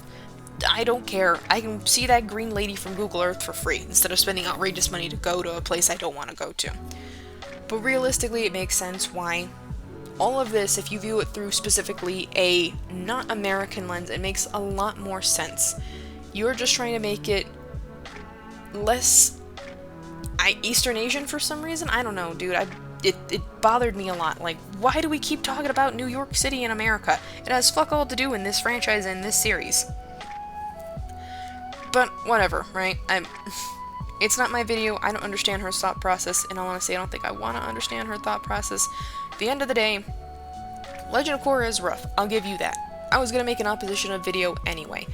But what you seem to be forgetting is two very important things. Number one, you are not the showrunner, and if you don't have any actual background knowledge on how animation works, i.e. you don't animate, i.e. you don't work in animating anything, i.e. you just are a consumer of it, that doesn't give you a degree in it, that gives you the stamp of you are a consumer, here's your gold star, shut up about it.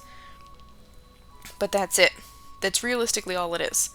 Number two, and this I cannot stress, from a writing perspective, it would be incredibly easy to fix this series, but you don't talk about how incredibly easy it would be to fix the series.